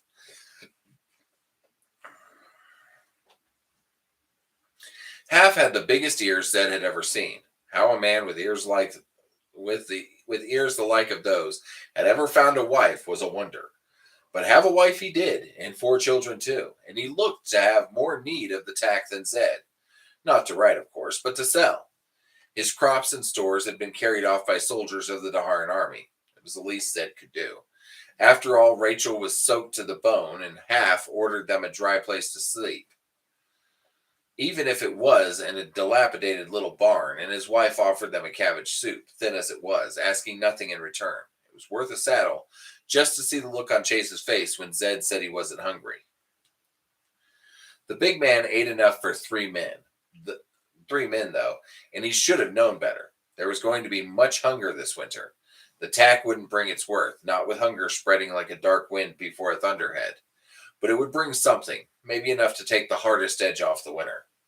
Zed saw Chase put a coin in each of the 4 children's pockets when he thought no one was looking, growling at them in a tone that would make a grown man blanch, but which for some odd reason made children only smile, not to look in the pocket until he was gone. He hoped it wasn't gold. The boundary warden could smell a thief open a window in the next town and probably tell you his name too, but he had no wits about him around children. Half suspiciously wanted to know what he was to do in return for the tack. Zed told him he was to swear his undying loyalty to the Mother Confessor and the new Lord Rawl of Dahara, both of whom had put a stop to things like the like of which had been done to him. The man had stared at him, his big ears sticking out under that ridiculous knit hat with a tassel on each side that only served to draw attention where it wasn't needed, and had said, "Done," with a firm nod. A small start, one loyal for the price of the saddle. That it would all be so easy, but that was weeks ago. Now he was alone. The sweet smell of a birch fire drifted to him through the thick woods, the horse lifting her nose to it as she stepped carefully along the narrow path, and the still air, gathering darkness, sent deepening shadows across the way.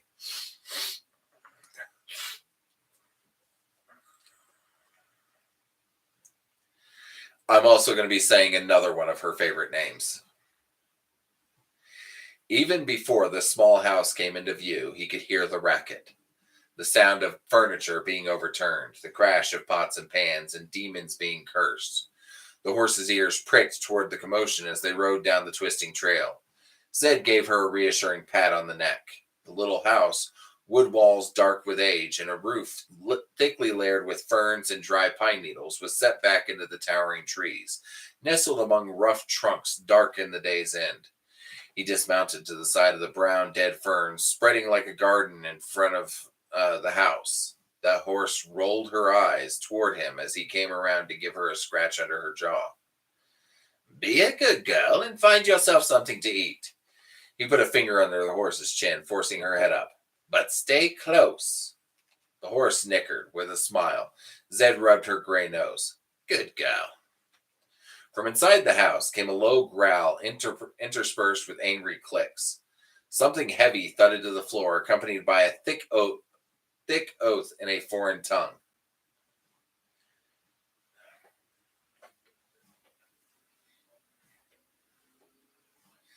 I can't remember how I did her voice.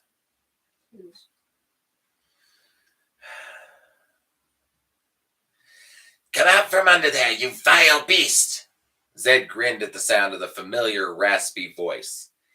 He watched the horse stroll off a ways to graze on tufts of dry grass, lifting her head while she chewed, to look back toward the house at each sharp thump. Zed sauntered up the curving walk toward the house. He paused, turning full around twice to admire the beauty of the surrounding wood. They truly were a wonder, calm and peaceful in a place that had been a pass through one of the most dangerous spots in the world, the boundary. But the boundary was gone now, yet the woods were a serene refuge imbued with an almost palpable tranquility that Zed knew wasn't natural. They had been infused with those qualities at the skilled hands of the woman who at the very moment was throwing curses bold enough to make a battle-hardened Sandarian lancer blush. As he had seen one of those curse his own queen into a dead faint, and he had seen one of those curse his own queen into a dead faint. That, of course, had only earned the man the rope. The fellow had had a few things to say to the hangman, too, which in turn didn't bring him a clean drop, but did offer him the opportunity to get off one last eloquent, if vulgar, oath. The other lancers seemed to think the trade worth the price. For her part, the queen never seemed to fully recover her delicate air, and thereafter always flushed a fabulous red at the mere sight of one of her lancers. needing to be fanned furiously by her attendants in order to remain conscious. She would probably have had them all hanged had they not saved her throne, to say nothing of her dainty neck, on more than one occasion, but that was a long time ago in another war. Clasping his hands together behind himself, Zed inhaled deeply, relishing the clean, crisp air. Bending over, he plucked a dry, wilted wild rose, and with a wisp of magic brought it to fresh bloom. The yellow petals spread and swelled with new vitality. Closing his eyes, he took a deep whiff of the flower, and then idly stuck it in his robes over his breast. He was in no hurry. It was not wise to interrupt a sorceress in a snit. Through the open doors came a more serious curse as the object of the sorceress's ire was at last brought to account. With a whack from the blunt end of an axe, the thing was sent flying through the doorway. The small armored beast landed on its back at Zed's feet. Wobbling, it clicked and growled as it raked the air with its claws, trying to right itself. It appeared no worse for the axe, or for its brief flight and rough landing. Filthy gripper. It was a gripper that had attached itself to Addie's ankle before. Once a gripper had you, there was virtually no way to get it off. It held on with those claws and wrapped its teeth into you, down to the bone, sucking your blood with its puckered, fang-ringed mouth. They never let go as long as there was blood to feed on, and that armor shed any counterattack. Addie had used an axe to chop off her foot where the gripper had been attached, chopped off her own foot to save her life. Thinking about it turned his stomach.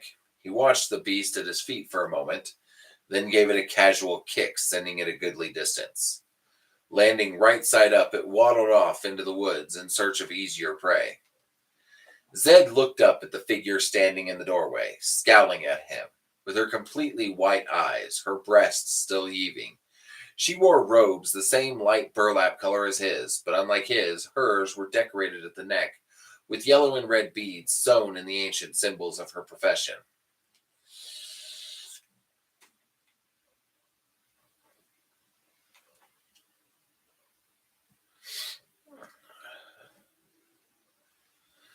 Oh, fun, Nicole.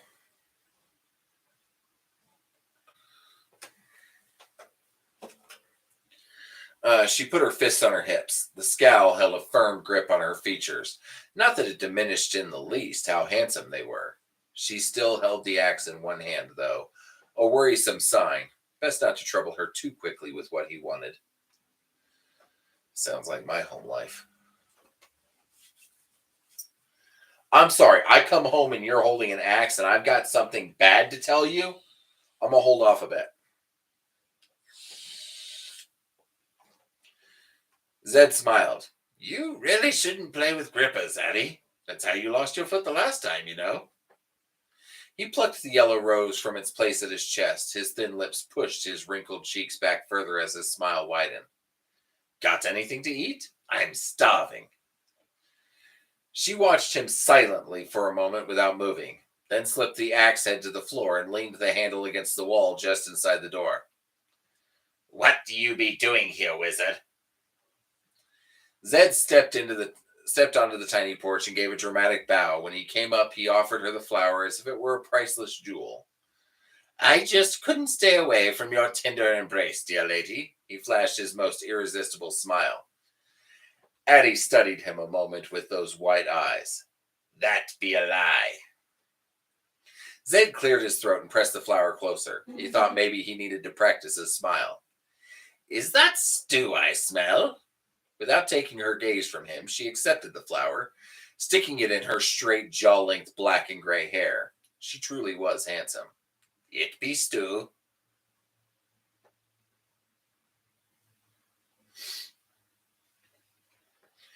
Her soft, thin hands took his. A small smile stole onto her finely wrinkled face, and she gave a slight nod.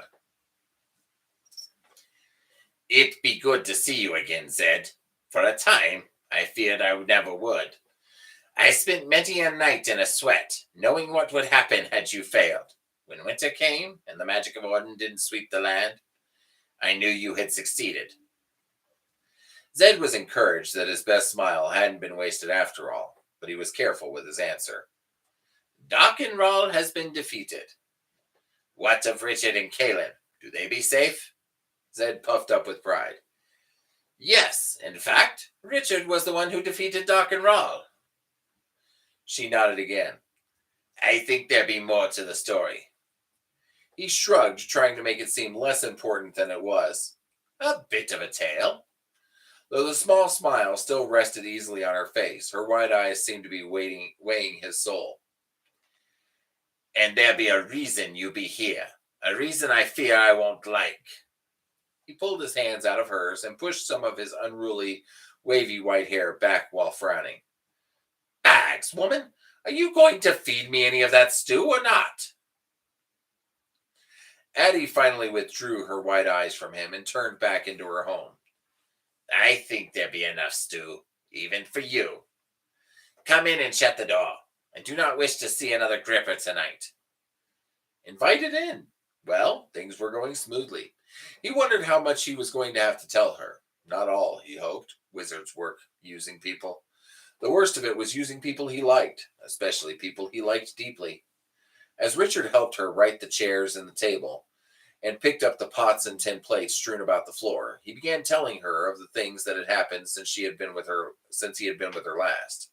He started with the harrowing tale of going through the pass, protected somewhat by the bone she had given him to hide from the beasts. He still had the bone on a thin leather thong around his neck.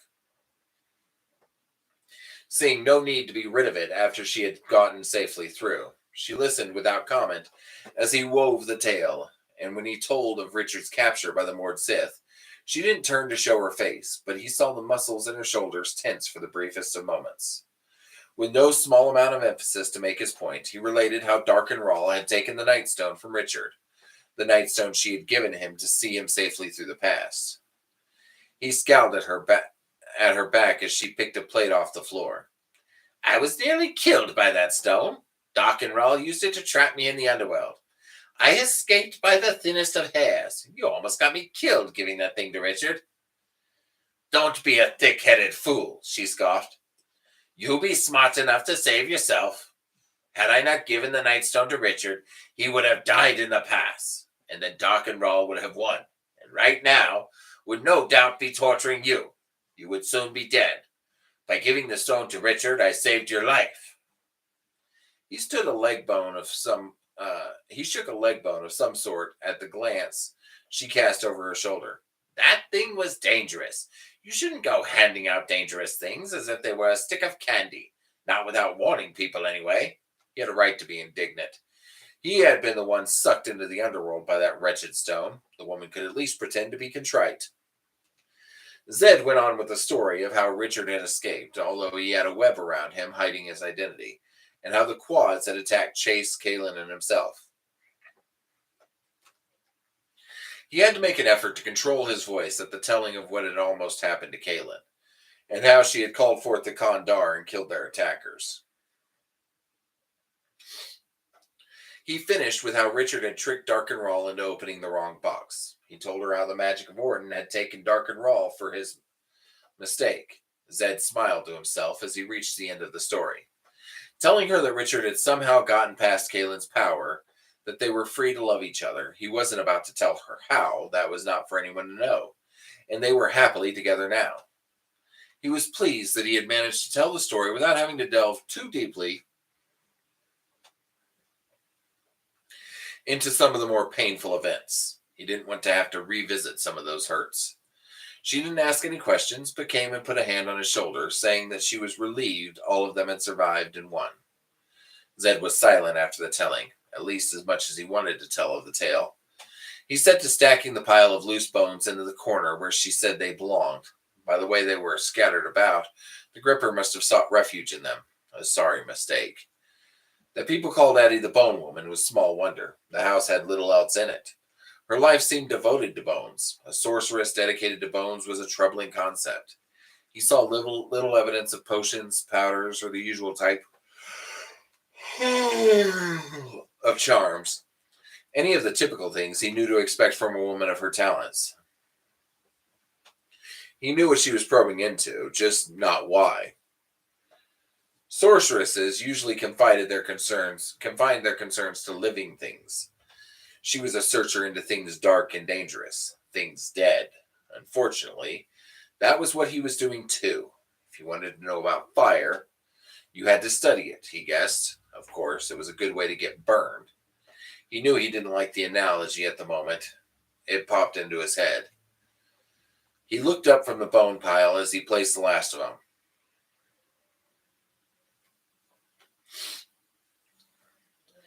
If you don't want grippers in your house, Addie, you should keep your door closed. His perfectly apt scolding frown was wasted as she didn't turn from her task of stacking the firewood back in its bin at the side of the hearth. The door be closed and bolted, she said in her dry rasp, in a tone seemingly meant to wither his unseen scowl. This be the third time.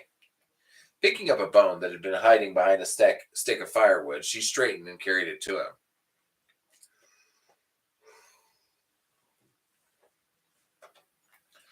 Before the grippers never came near my house, her voice lowered as if in a threat to unseen ears. I saw to that. She handed over the thick, white rib bone, peering down at him as he squatted on the floor next to the bone pile. Now, since winter, they come near.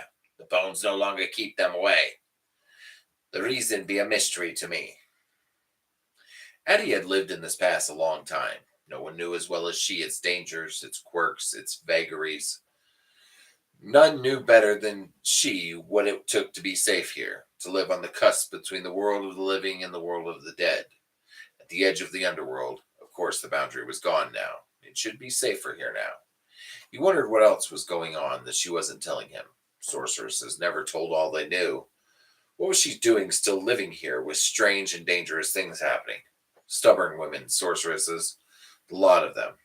I have absolutely no idea what that's like. Fuck you. Would you like to tell me that you're not stubborn?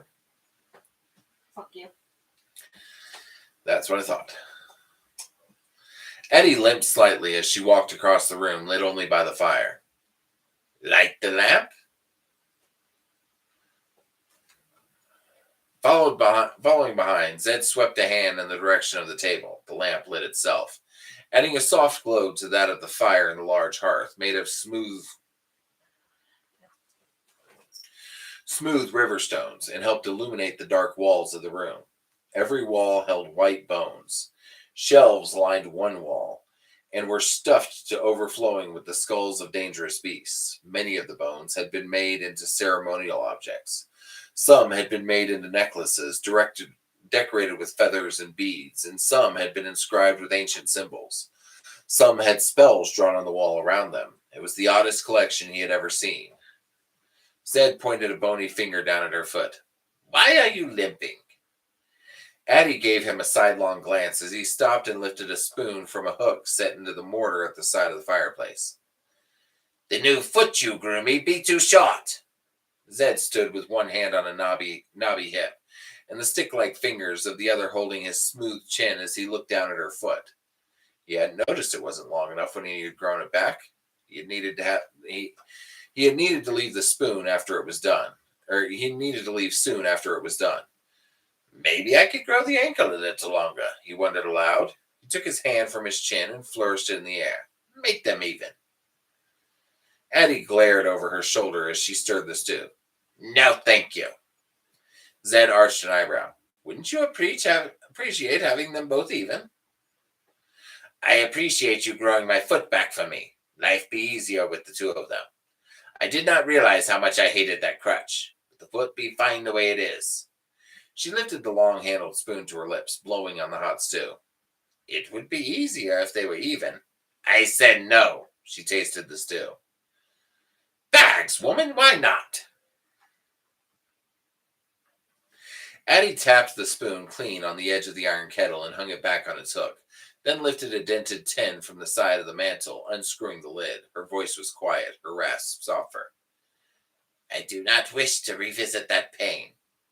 Had I known what it would be like, I would have chosen to live the rest of my life without the foot. Reaching her hand into the tin, she took a 3-finger and thumb pinch of 5-spice and flung it into the stew. Zed tugged at his ear. Perhaps he was right. Growing the foot back for her had nearly killed her. He hadn't expected what had happened. Her reaction to using that much magic on her. Still, he had been successful. and managed to draw away the pain of the memories, though he still didn't know what they had been about. But he should have taken into account that she could have had memories that held that much pain. He should have taken the wizard's second rule into account. But he had been intent on doing something good for her. That was the way it worked with the second rule. It was usually hard to tell if you were violating it. You know the price of magic, Addie, almost as well as a wizard. And besides, I made it up to you. For the pain, I mean. He knew it wouldn't take as much magic to make the ankle longer as it had to grow the foot back. But after what she had suffered, he could understand her reluctance. Perhaps you are right. Maybe I have done enough. Her white eyes settled on him again. Why be you here, wizard?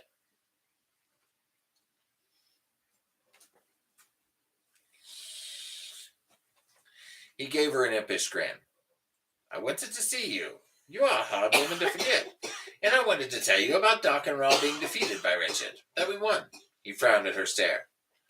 Why do you think the Grippers are coming here? She shook her head with a sigh.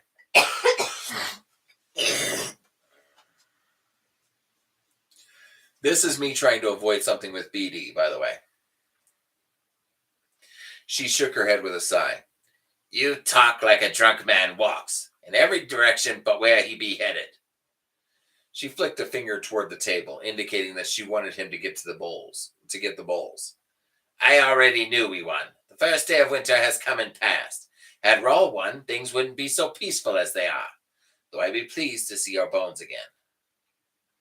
Her voice lowered, becoming even more raspy. Why be you here, wizard? He strode over to the table, glad to elude the scrutiny of those eyes for a moment. You didn't answer my question. Why do you think the Grippers are coming here? Her voice lowered into a deeper, harsher rasp, bordering on anger. I think the Grippers be here for the same reason you be here, to cause an old woman trouble. Zed grinned as he returned with bowls. My eyes don't see an old woman. They see only a handsome woman. She regarded his grin with a helpless shake of her head. I fear your tongue be more dangerous than a gripper.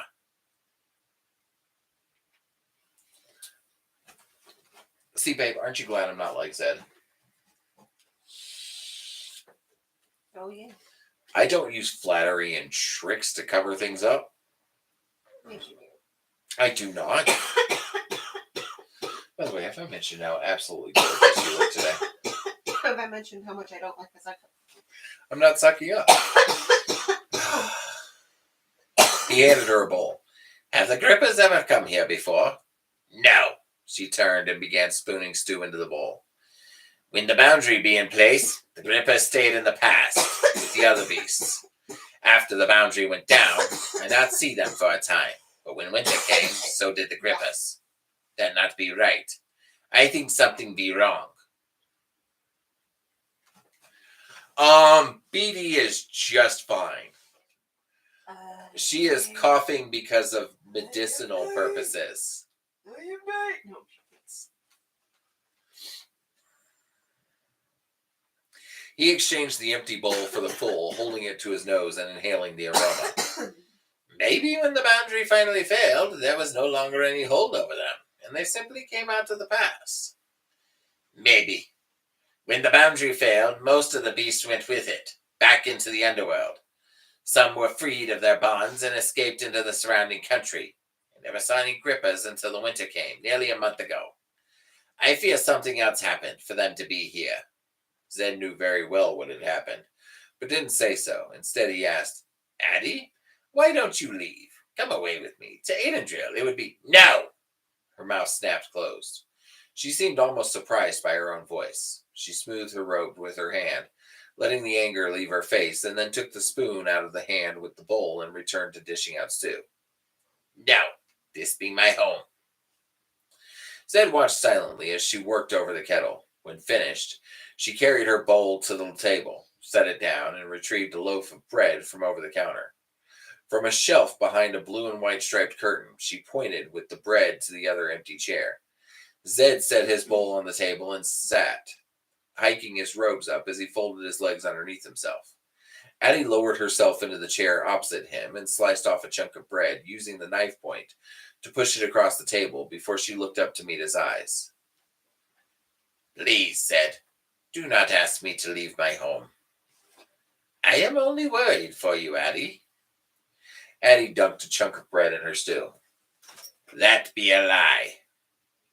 He looked up from under his eyebrows as he picked up his bread. It's not a lie. She ate without lifting her head. Only be a lie. Zed went back to his stew and ate in earnest. That's just wonderful. I don't know what the hell that voice was. He mumbled around a hot chunk of meat. She nodded her thanks. He ate until his bowl was empty, then took it to the fireplace and filled it once more.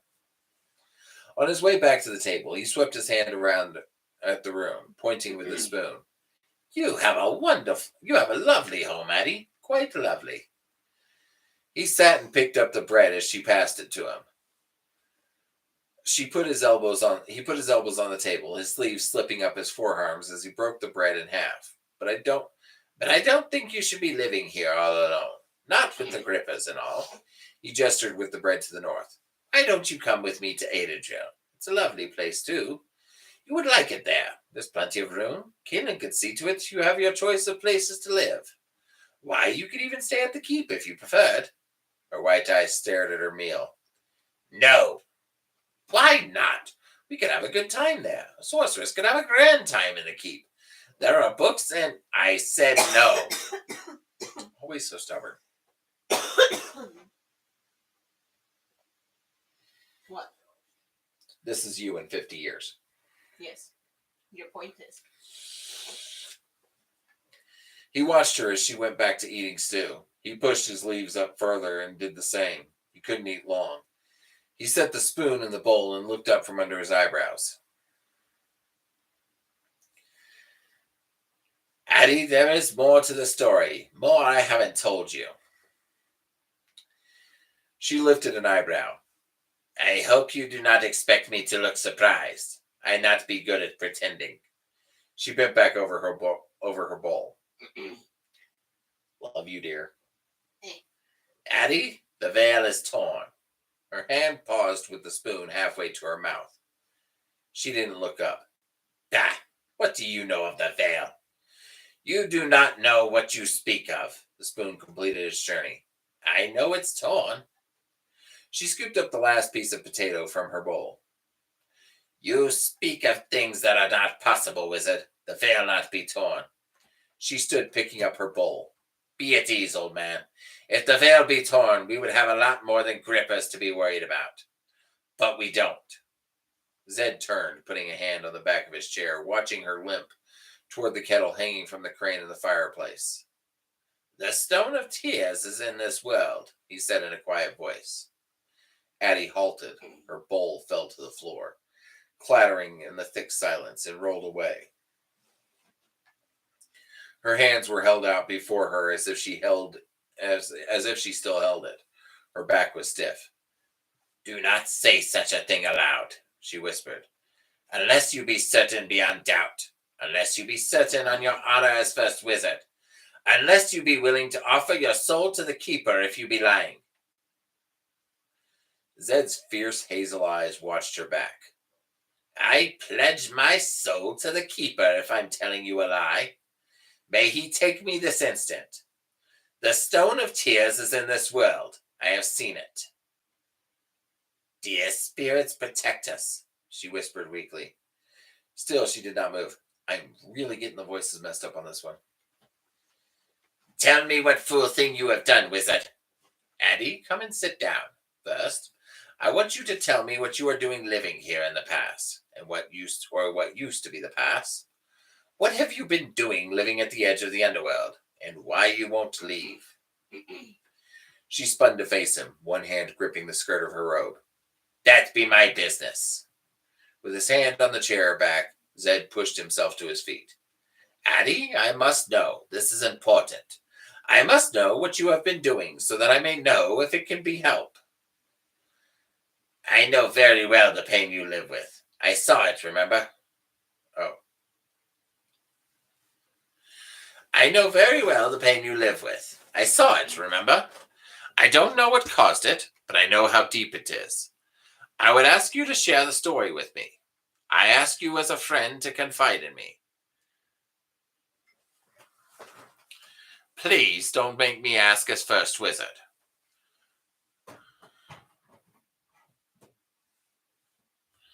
Her eyes rose to meet his at the last of what he said. The flash of anger faded, and she nodded.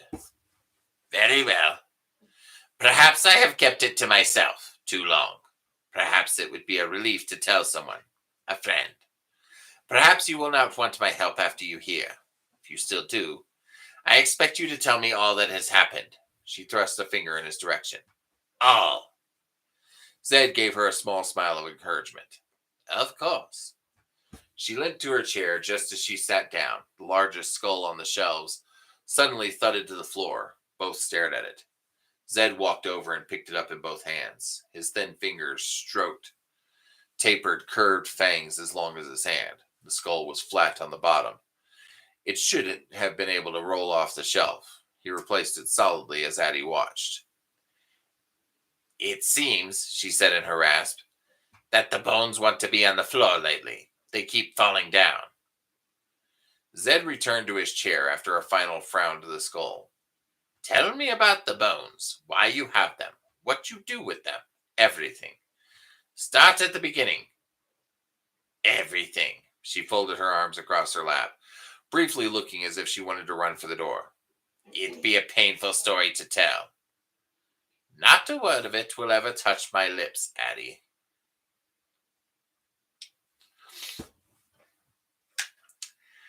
And that be the end of chapter 21.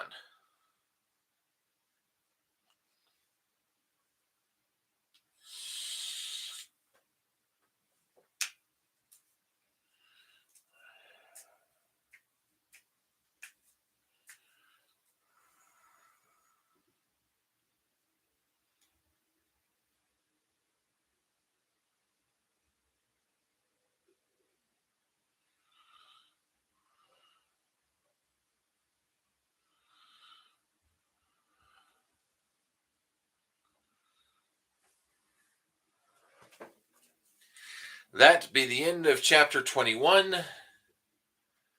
But here is the good news, and it is something that the baby dragon will be very, very excited for. Tomorrow night, we find out Addie's origin story.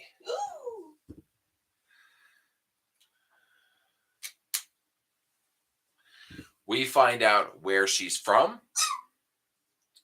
what happened to her, and more importantly, we find out why her voice is raspy. And hopefully, at some point tomorrow night, I will actually get her voice right. Yes, that means we're done for the night already, but don't say already because I did start an hour and 48 minutes ago. You gotta realize, I sit here and read for 2 hours. It's a lot, damn it.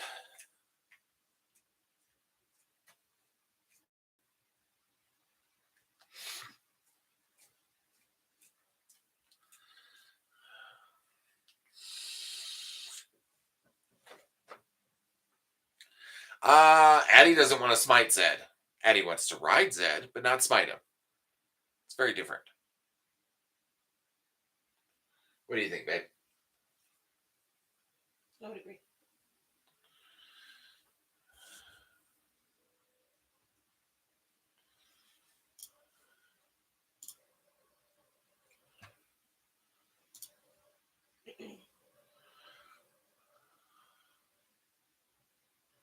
Okay, nothing new popped up so far. We've actually watched all the new movies that we have. Did you know that? Actually, no, there's one we haven't watched yet because I don't think I've moved it over yet. And honestly, it's not one that you actually want to watch. So, there's that.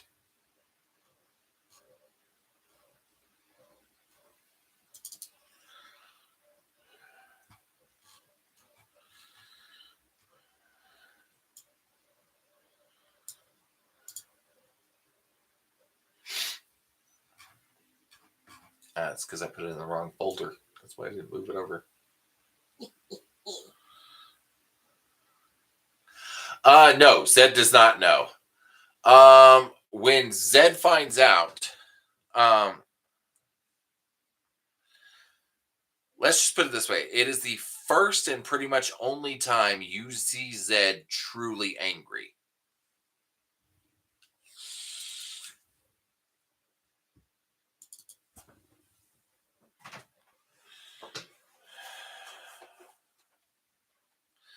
How'd you tear your nail, Wolf and Raven? No, but Zed, like, loses his fucking shit when he hears that Kaylin let Richard be taken by the Sisters of the Light. Because there is something nobody but Zed knows. Well, and me, because I've read the books. And Wolf and Raven, because she's read the books too. There is something that nobody in the story except Zed and the sisters know right now. Hey. Okay, you know too. I said nobody in the stories except Zed and the sisters. You're not one of the sisters. You're not in the story. You're listening to the story, which I suppose counts. Well, you were saying everybody else's names, so it was just, you know. Hey. Forgive me, my dear. That was callous and rude of me. Mm-hmm.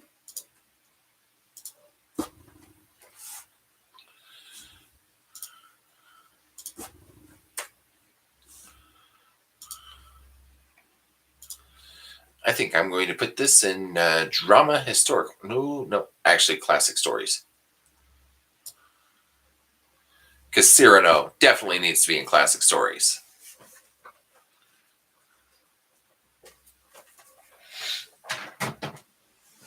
Beanie is okay with me occasionally leaving her out when I talk about people. Especially considering she knows that she is the first and last thing on my mind every single day. Mm-hmm.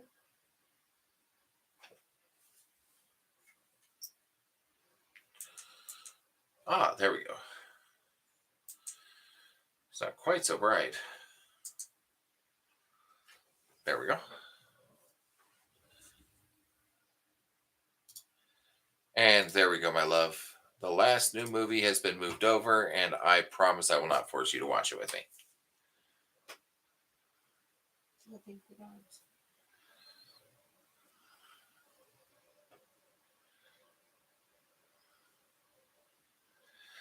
Yes, Wolf and Raven. Message me tomorrow and remind me to send you the login for it.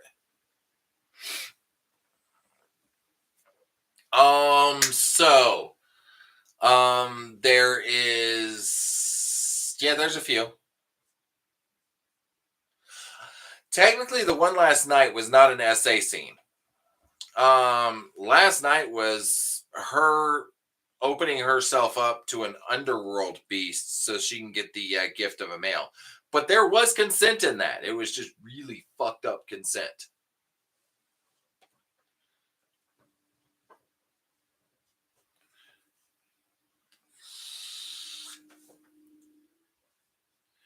Because remember, in the beginning, they told her that if she wants the gift, she has to keep her legs open. If she closes them, it'll show the beast that she's rejecting the gift, and she'll lose the chance forever. So that was an assault. However, there are scenes of assault in there.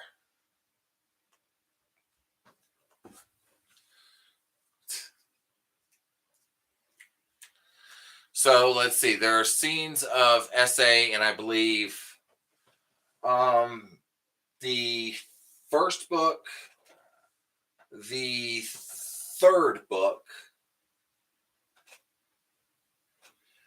actually the first, second, I believe the third book, the fourth book. Trying to think if there's any scenes of SA in the fifth, sixth, or seventh books.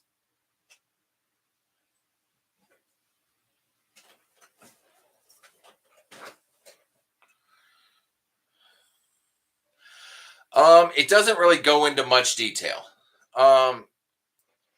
So it'll basically give you a before and after picture. So like in the first book, it starts, there are no actual explicit sex scenes in here. There's a couple where they get kind of graphic. And in the fourth book, there's one where he is there's a serial killer who is killing prostitutes as he sleeps with them. But the sex starts out consensual.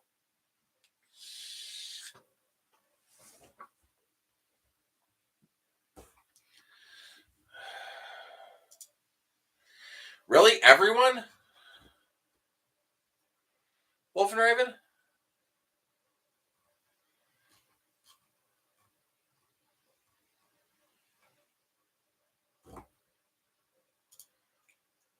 I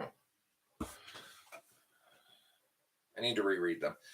Anyways, guys, I'm going to hop off of here. Okay, it has been a long night. And I at some point have to go to bed. I love you guys. I will talk to you tomorrow. Stay out of trouble. If you can't be good at it. Message me on Instagram if you need to get a hold of me, or if you have me another place to get a hold of me, go ahead and message me there. Otherwise, I will see you guys tomorrow, okay? Just stay out of trouble. All right, bye guys. Am I clear? I have no idea. Okay. So let's go ahead and end it.